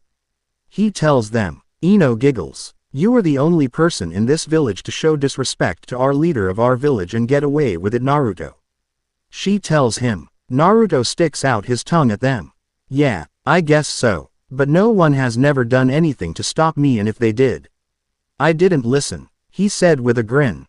Troublesome blondes, said Shikamaru as he shakes his head. But we should be heading towards our training ground before the Banshee spots us. He tells them as they all spot Sakura into the clearing. Alright, bye you guys, I'll see you later, said Naruto, waving them off, and with that Team 10 walks off as Sakura sits down and waits for her true and only love to show up. Naruto lets out a sigh. I guess I should go and join my teammate and wait for the tame to show up, he said to himself as he finally spots Sasuke walking towards the tree where they wait for Kakashi to show up. Hi Sasuke, would you like to have lunch with me after we are doing with training? Questioned Sakura with a large smile on her face. No, said Sasuke as he turns away from her and glares at Naruto as the silver blonde walking towards them as he spots teammate 10 leaving their training ground. Losers, he says to himself as Sakura just stares at him with hearts in her eyes. Ryoko appears before Naruto before he reaches his teammates. Let's go. Your private train beings today for the chunin exams. Team 7 is no more. Well to you as they wait for another to take your place. She tells him with a massive grin. So what training ground are we going to us? Questions Ryoko. Training ground 11. Next to your friends, said Ryoko as she looks over her shoulder to see Kakashi finally appearing before his two students. With a slight jump, Naruto floats in the air next to his grandma and they both take off. Hey, where is Naruto going? Whines Sakura as she just glares at their backs. Team 7 as of today will be going back into the reserves until we are able to get a new third member, said Kakashi with a sigh. Now this going Sasuke looking up at Kakashi. What do you mean we are going to the reserves? He demands of his sensei standing before him. Naruto had request to be removed from our team. For my lack of training and failing to stop Sakura from attacking a teammate and you from being a lone wolf in a team, said Kakashi with a sigh. Sasuke growls, balling up his fist. You best find us a replacement quick, Kakashi. For I will not be sitting idle by while that bastard surpasses me. He hisses out as he looks away from Kakashi. Kakashi chuckles. We should find out in a week or two. No later, was his answer. But for now it's time to do your warm-ups and we will be training until we take some D-rank missions in the village, he tells his two remaining students. Naruto and Ryoko land at training ground 11. Naruto looks around him and sees it has everything they would need for their training to get him ready for the chunin exams. The exams he is ready for. So Ba-chan, what are we going to be doing while we are here? Naruto questions looking over at his grandma. Ryoko smirks looking over at her grandson. We are going to be working on fighting while flying. As well we are going to work on the headhunter jutsu. So we will be going after other shinobi in their training grounds with that jutsu, she tells him, smirking. Naruto's eyes sparkle when hearing this. I know who I would like to go after first, he tells her. Who would that be? Questions Ryoko, tilting her head to the right looking down at her grandson. An evil smirk slowly crosses his lips. I would like to start with Team Guy. My first two targets are Neji and Guy. It would be a bonus if I am able to trap both Guy and Lee while they are in one of their embraces, he said with an evil chuckle at the end. Ryoko grins evilly at hearing this. I approve of your plan. But I am shocked you didn't want to go after Team 7 first, she tells him with a smirk still on her face. Naruto waves her off. Nah. They would be way too easy to attack and trap. Even Kakashi would be way too easy as well, he said with a huff. Wild laughter escapes Ryoko's lips as she throws her head back at this. We will also be working on your knowledge of poisons as well as building up an immunity to the poisons, so no one is able to take you so easily, as the snake has been seen near the village not so long ago.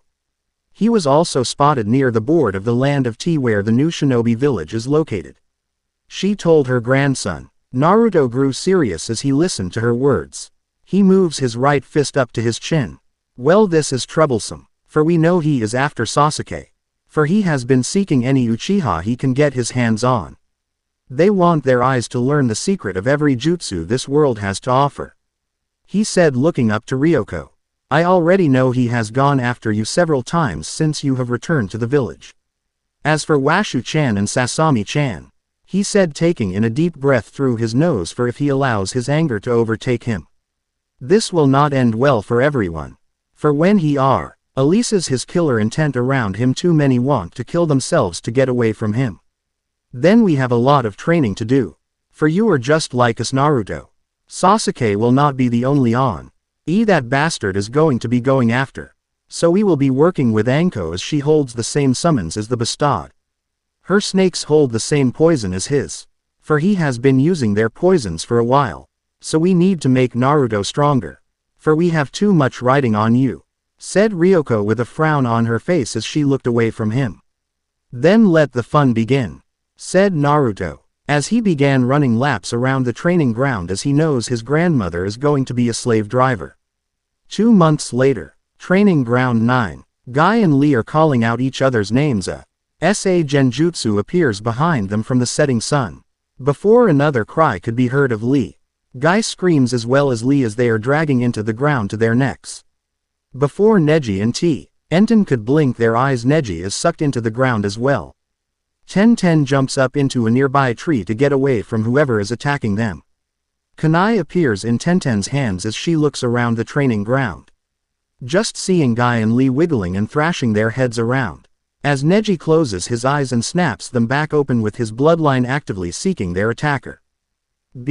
Oot giggles could be heard all around them as if spirits were dancing around them laughing at their misfortune. Who's there? Calls out Tenten as she is a little freaked out from what is happening. She was the only one out of Team Guy that hasn't been attacked so far. She has already tested for a genjutsu, but there isn't one active around them.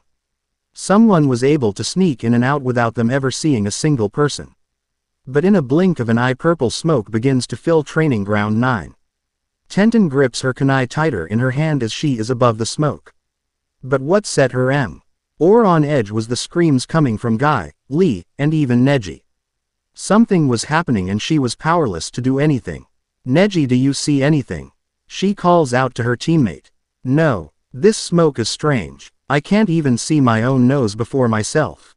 Call back, Neji. Tenten begins to sweat. Who has the skills to make a smoke ball this strong? She questions herself as she unseals a large fan. With a strong swing of her fan, the smoke clears the training ground. But the sight before her freaks her out. Guy and Lee are in hot pink mini skirts and corsets with hot pink hair. Where Neji has neon blue hair with a neon blue bodycon dress stopping near his upper thigh. What the fuck is going on here? Screams Tenten as she looks at her team down before her. More chuckling is heard as she scans the area. Guy and Lee are hugging each other, blaring about their outfits being unyouthful. Neji is in the corner curled up in a ball crying his eyes out. Hey Tenten, said a voice she knows all too well. She spins around on her heel looking at the only shinobi in the village that could do something like this on his own. Naruto, is this your handiwork? She questions him as her eyes move down to the training ground below them and slowly moves back up looking in the eyes. Tenten slowly nods her head to his words. I see, so I am the only one that is not going to suffer your wrath. She questions him. Naruto smiles. Tenten, you wound me. How would you think I would hurt you like I did to the others? You have always been so kind to me. He tells her, smiling at her. But I must leave before they come to their senses. He tells her as he jumps off the tree branch and into the sky, fading away as Neji snaps out of it. A glimpse of Naruto leaving the training ground. Naruto woke up a little early. Nothing like his normal waking at 4 a.m. to begin his normal train.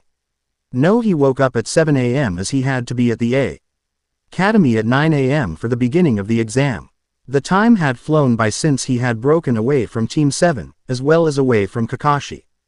As the man wasn't qualified to even be a sensei of a genin team, let alone a shinobi, as his mental state isn't in the right place. Something he had spoken to his grandmothers as well as his great-grandmother about. Flashback no jutsu. Naruto walks into the kitchen when he spotted his 3 grandmothers sitting around the table having tea. Ryoko looked up at him with a smile on her face. Hey brat, she greets him. Hey grandma, said Naruto with a grin on his face. Slowly it shifts into a frown. For it had only been a day since he hadn't been part of Team 7 anymore. Tsunami frowns as she notices his shift in mood.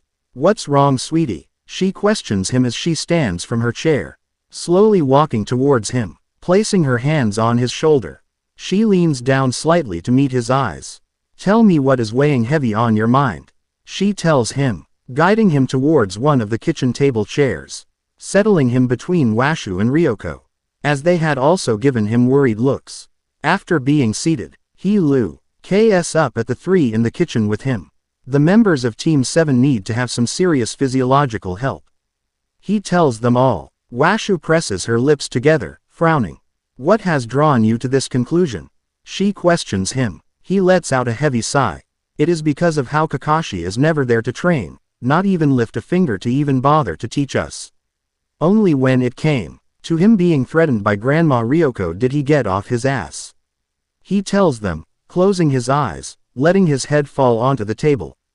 As well, he spends hours before the memorial stone, staring at three names. His fingers are always tracing them. As I had noticed, those three names have been weathered more than the others. There are other days he will trace a fourth one. All he ever does when it comes to any training he wishes to do or even bother with his teamwork. To be honest, his mental state isn't any better than Sasuke or Sakura. He tells them with him raising his head off of the table, meeting their eyes. His frown only deepened. Now Ryoko presses a finger to her lips, thinking about what has happened over the time since she had met Kakashi. How the man had disappointed her and annoyed her even more. He hasn't been in the right mental space since we came to this village. It appears everyone has overlooked his mental state for the goals of all the missions he had been forced to take.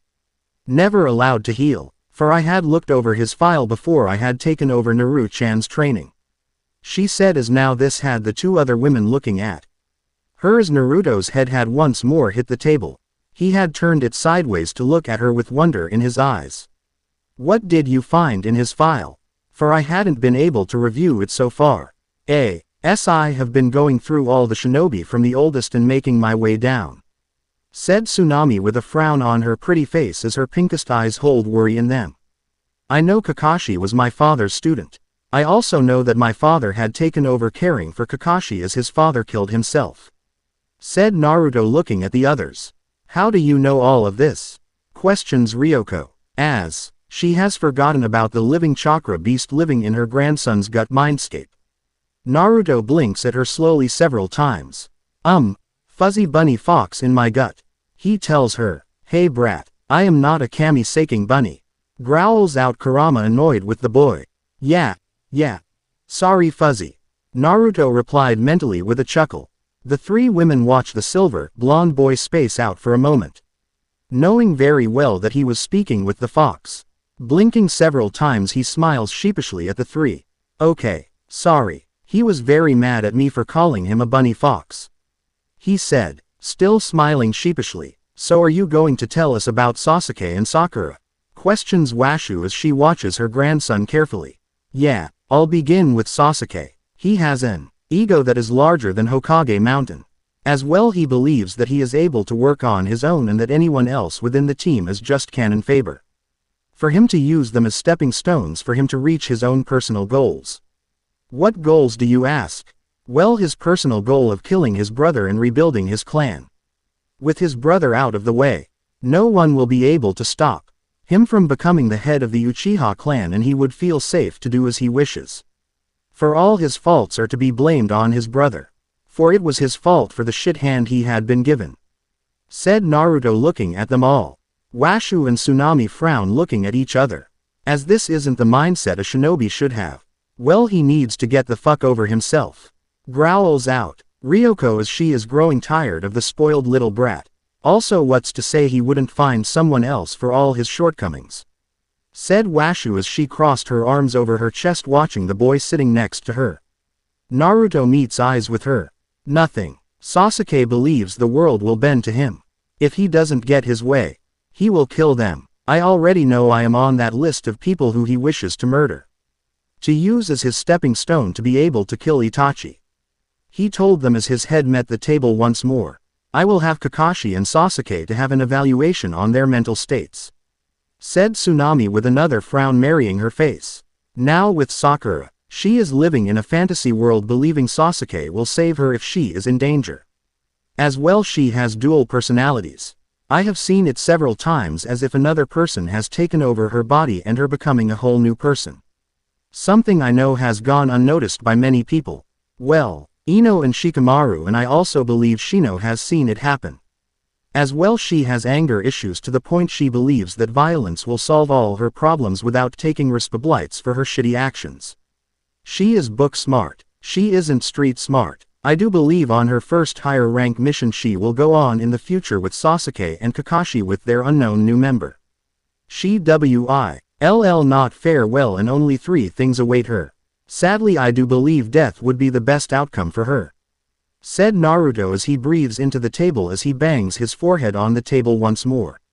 All 3 women share a look. "Well, do not worry about this. It shall be handled," said Washu as her computer appeared before her. She begins typing away, pulling up 3 files on 3 shinobi, putting them on medical leave from all missions. Will not be allowed to return to active duty until Washu signs off on all their reviews.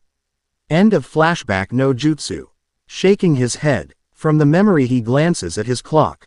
It was now time for him to leave the house and head out to the academy to take the next step towards his shinobi career.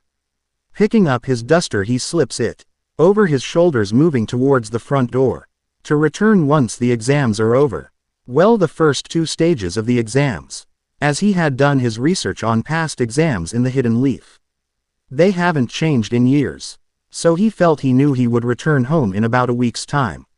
Making sure he had his scrolls with camping supplies as well as food, he left and headed towards the village. After several minutes walking down the dirt road towards the academy, a frown slowly crosses his lips, making him groan at the sight standing before him. Something that just made him want to just take the 2 awaiting for him to their death. A swift and quick death, to end the future drama they might bring down upon the village. Standing before him are Sasuke and Sakura. "What are you doing here?"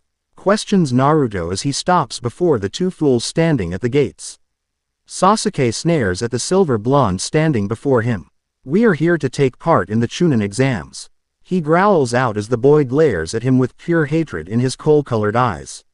"What?" Sasuke-kun said. "We are here to take part and move up in ranking," said Sakura, looking like a lovesick toad awaiting a large fly to land in her wide-open mouth. Naruto snorts at them. "How are you going to take part? There are only 2 of you. Last I heard, there still isn't a 3rd member of Team 7. Only leaving you 2 fools," he told them as he figured it was a waste of his time to even bother with them now, for he had an exam to take. For Team 7 was the last of his worries, for he was no longer part of their team and he would not give them another second of his time, for they have already wasted several months of his time with their pointless fighting and never want to take part and train to become true shinobis. He moves past them, waking up to the closed gates of the academy with 2 jonins awaiting the test takes to come. "You will not ignore me. You will bow to my wishes and know your place, as you are just a waste of space. I need to take part in the chunin exams, for you are just as worthless as Sakura," growls out Sasuke as his hands go through hand signs to send his fireball attack towards the back of his former teammate. Flames escape his lips as Naruto looks over his shoulder towards the attack, which is flying towards his turn back, of someone that shouldn't even be seen as a shinobi, of someone that belongs in the mental ward, where he would finally get the aid he needs from the trauma he had endured as a child. A wall of green flames come up from the ground surrounding the silver blonde. Naruto's eyes are hardening as he spins on his heel, as he moves towards his former teammate. "You shouldn't even be a shinobi. Where you belong is in a mental ward or in prison. As you have finally done it. You have attacked a shinobi of this village. As you are not getting your way. You are just a spoiled child.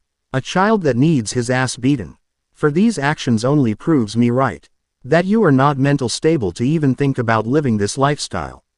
You should just be a civilian. A civilian worrying about rebuilding the stain of a clan that had planned to overthrow the village. A clan that didn't care if they killed any civilians or shinobi of this village to get what they wanted. What they have proven to be unworthy of.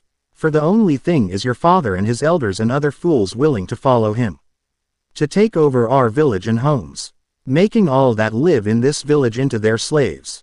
He growls out. His voice slowly rose. making all around them stop and listen with horror on their faces. My father should have had his way. He should have taken over this fucking village full of worthless bastard. For all of this village is not worth standing before the Uchiha clan. They are just worthy of just being our stepping stones. To die when we order them to. Growls out Sasuke as his coal eyes took on a crazed look within them.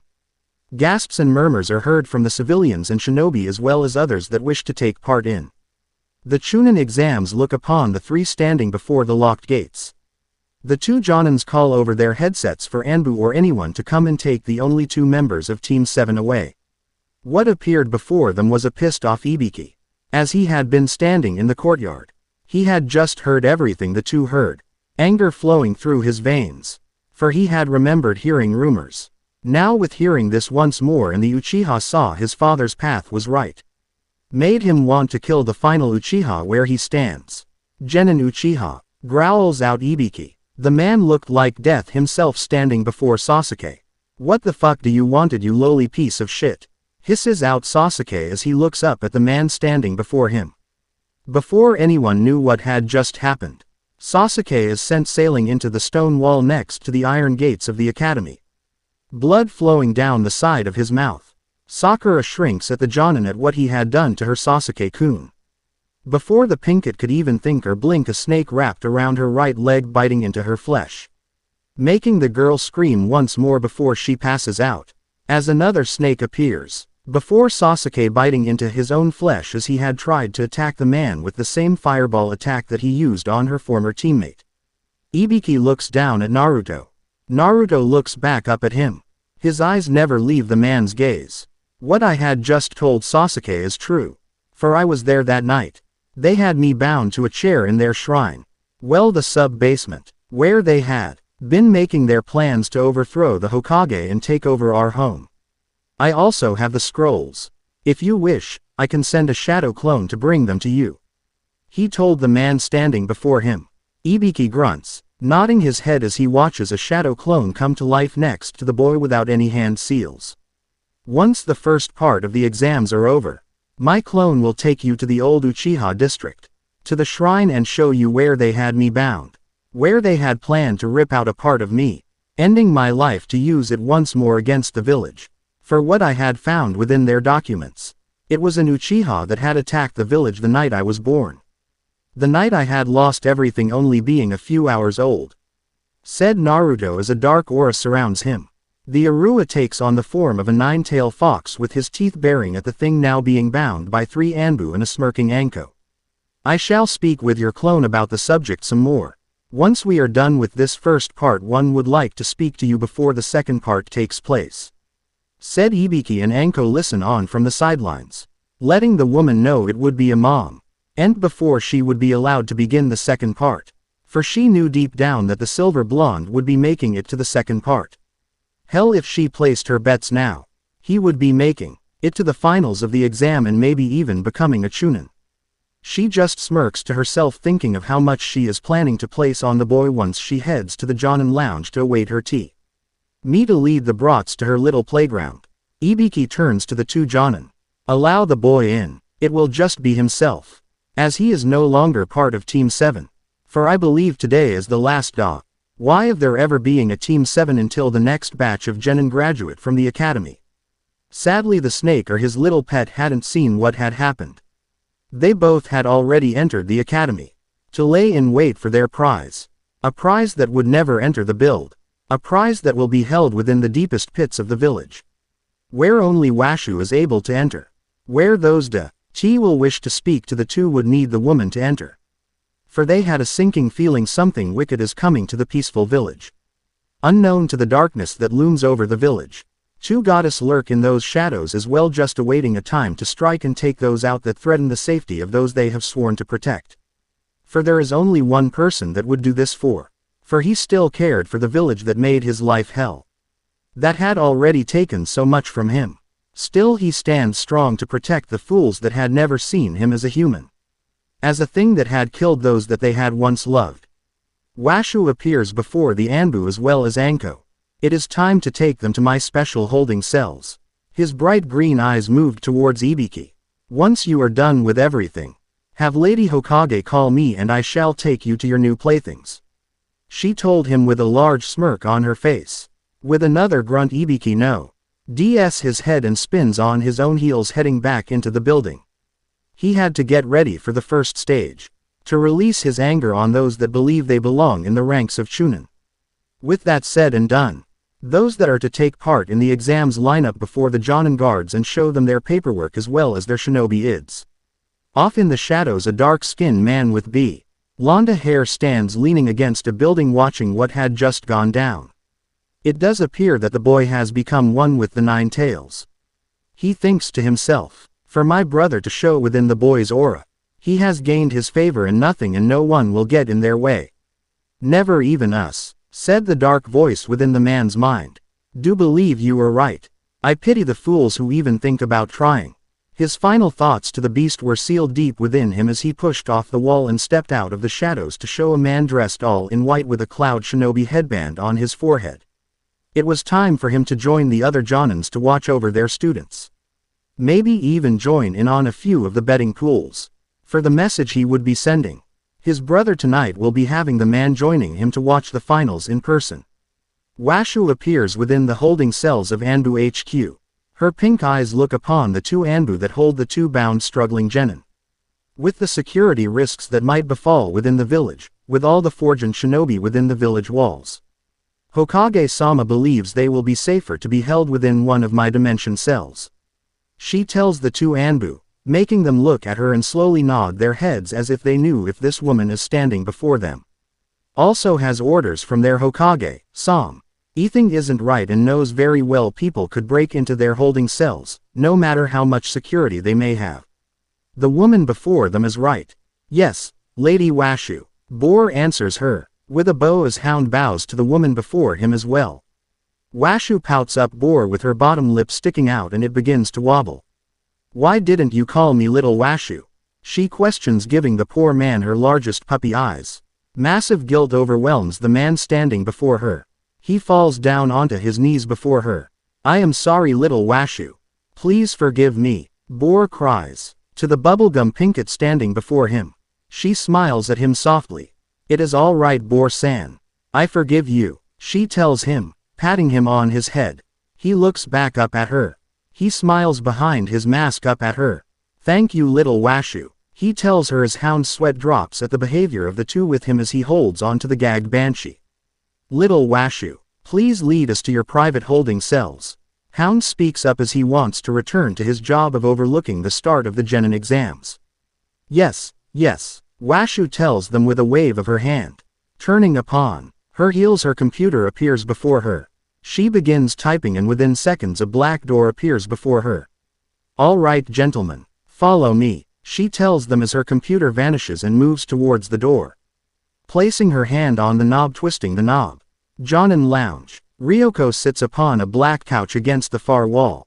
Her golden eyes watches all the Jonin senseis within the lounge. Watching the Jonins from Iowa trembling each and every time her gaze lands upon them. She just grins at them widely, making them freak out a little more. A dark tan-skinned man dressed all in wheat with a Kumo headband comes walking into the Jonin Lounge. His eyes narrowed in on the demon of Kohona. Without any fear he heads straight to the woman. Sitting down on the black couch leaving enough space for someone to come and sit with them. Hello B. Ryoko greets him with a smirk on her face. Hello my demoness goddess. B greets her in return. All heads snap over to the two, making the room go silent as the two speak to each other. So you have a team in this year's chunin exams? Ryoko questions him as she cocks her cyan eyebrow. Yes, I do. B answers her as he offers her a smile. So, Ryoko, what do you say? Will you marry me? He questions her with a grin on his face. Ryoko tilts her head to the right as she looks over at him with a thoughtful expression. I don't know Killer B. I will not leave my family for you. She tells him as she moves her right hand under her chin still thinking. Oh my demoness, please make me a happy man. Killer B tells her with hope, lacing his voice. Would I allow you to move her? Ryoko questions him as his golden eyes glide towards him. He opens his mouth and closes it. I am not sure, but he will be here for the final part of the exams. I would be able to ask him in person then. he tells her with a hopeful smile on his face. Then I shall give you my answer then. Ryoko tells him, grinning. First exam of the chunin exams. Naruto moves into a corner of the waiting room. His eyes glided across the room, noting all the teams within the waiting room. His eyes landed on Team 8, 9, and 10. None of them even noticed him, as the two that would have made so much noise with their massive egos were not with him. He smirks at the right of the three teams standing together, watching and looking around them, maybe in hopes to find Team 7 or even himself. A frown marries his face as he notices a raven-haired teenage girl watching them not too far away from them. Something about her set off warning bells, and something deep within him kept screaming that the girl isn't right.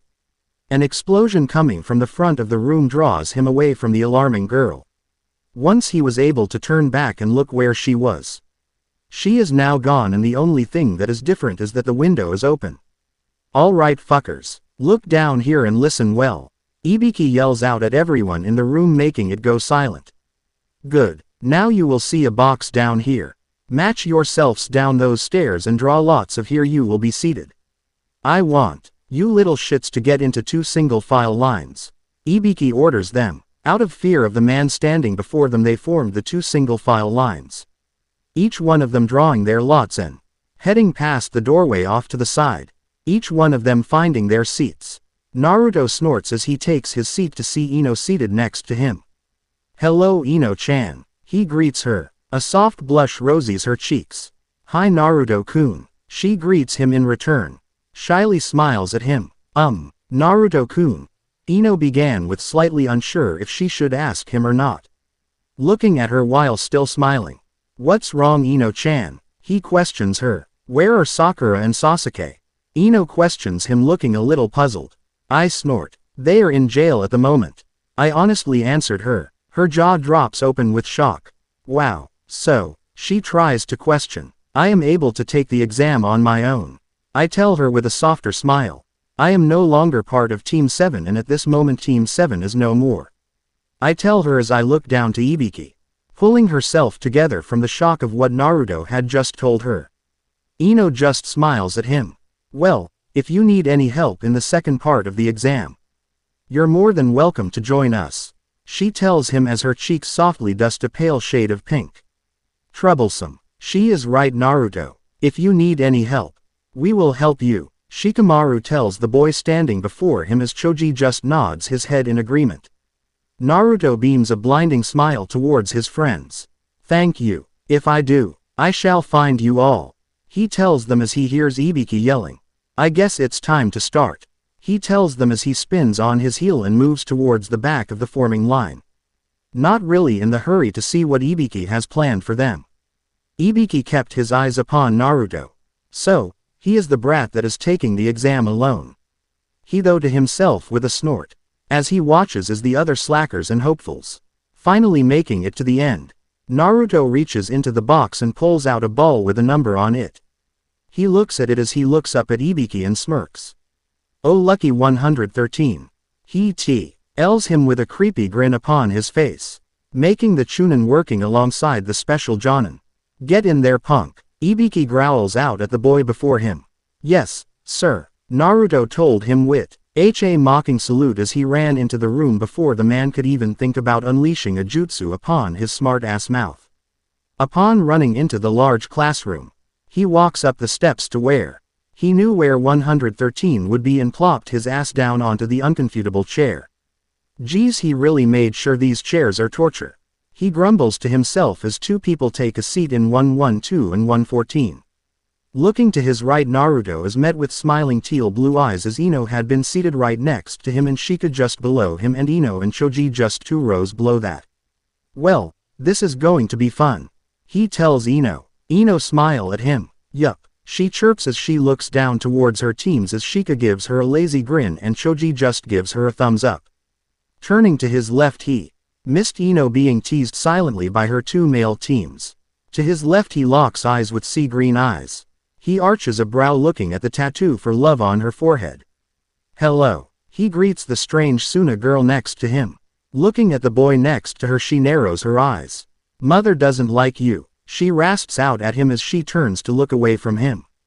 arching another brow. Mother huh. Well tell mother her big brother says to shut up and stop having a fit.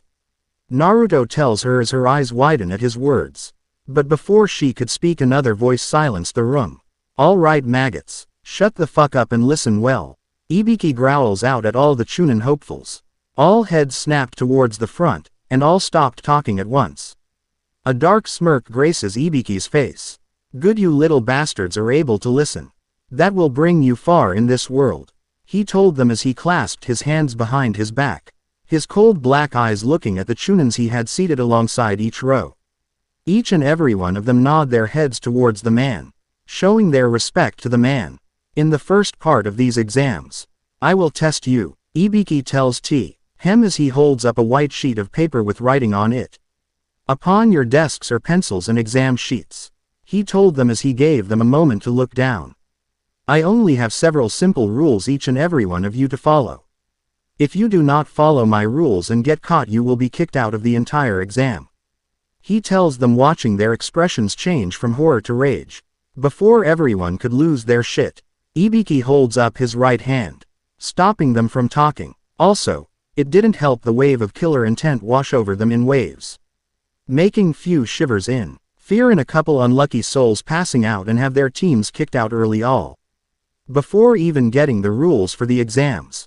Well, some of the canon father took themselves out. Becomi.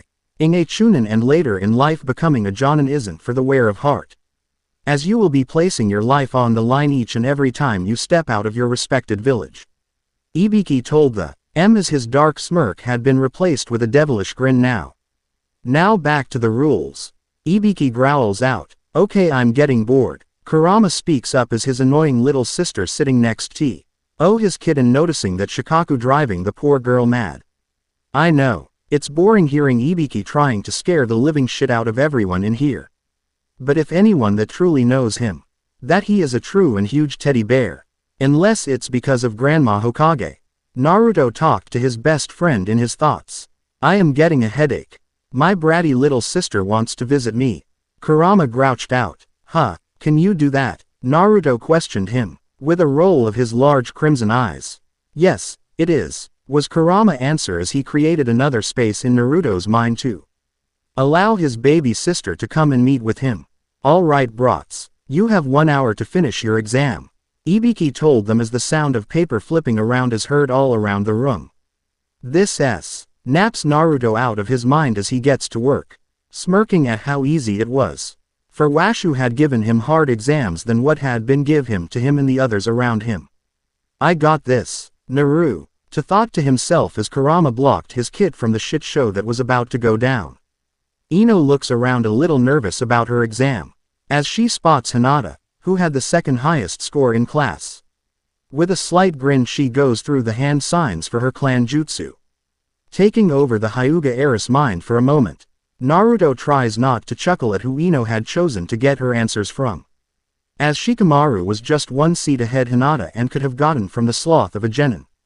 Ino returns to her body, quickly sitting up and getting to work on her exam. As she feels relieved as she looks towards Naruto who has his exam flipped over and is drawing and writing on the back of his exam. She looks at him questioningly. He grins at her as she holds a finger to his lips giving her a wink, making the girl blush even brighter. Alright maggots, put your pencils down, for it is time for the 10th and final question. Ibiki growls out, scaring half of them. People putting their pencils down along with paper being flipped could be heard around the room as all the chunin hopefuls look towards the demon standing before them. Now the 10th question depends upon you, for if you get it wrong, you lose the right to become a chunin. This also means your teammates. So think long and hard on this, for if you get it wrong, well you will be genins for the rest of your lives or maybe be kicked out of the program. Ibiki tells them with a dark chuckle, watching the terror in the eyes of the little children before him playing shinobi. Ino began trembling from the killer intent rolling off the man standing down below them. Noticing her fear, well feeling the fear rolling off of the girl next to him. Looking towards her he gives her a smile as his hand moves towards Ino's trembling hand, gently taking her hand into his own. Looking down at her hand, Her eyes widen with shock as she slowly raises her head up to look towards the arm following up to the face of the person. Meeting his eyes, she sees him smiling at her. Don't worry, it will be okay. He is just playing some mind games. Naruto whispers to her, an expression upon her face as she returns his smile and lets out a breath she hadn't known she had been holding. Ibiki grins as he watches the teams drop like flies. Good, all weak-willed ones will not make it to Anko's stage of the exam. He thought to himself, still grinning like a demon. All right maggots, those of you still here. You've passed. Ibiki growled out to them. What? Demanded the remaining teams left within the classroom. Shut up and begrateful. As I can still fail you here and now. Ibiki yells at them, putting the fear of Kami within them.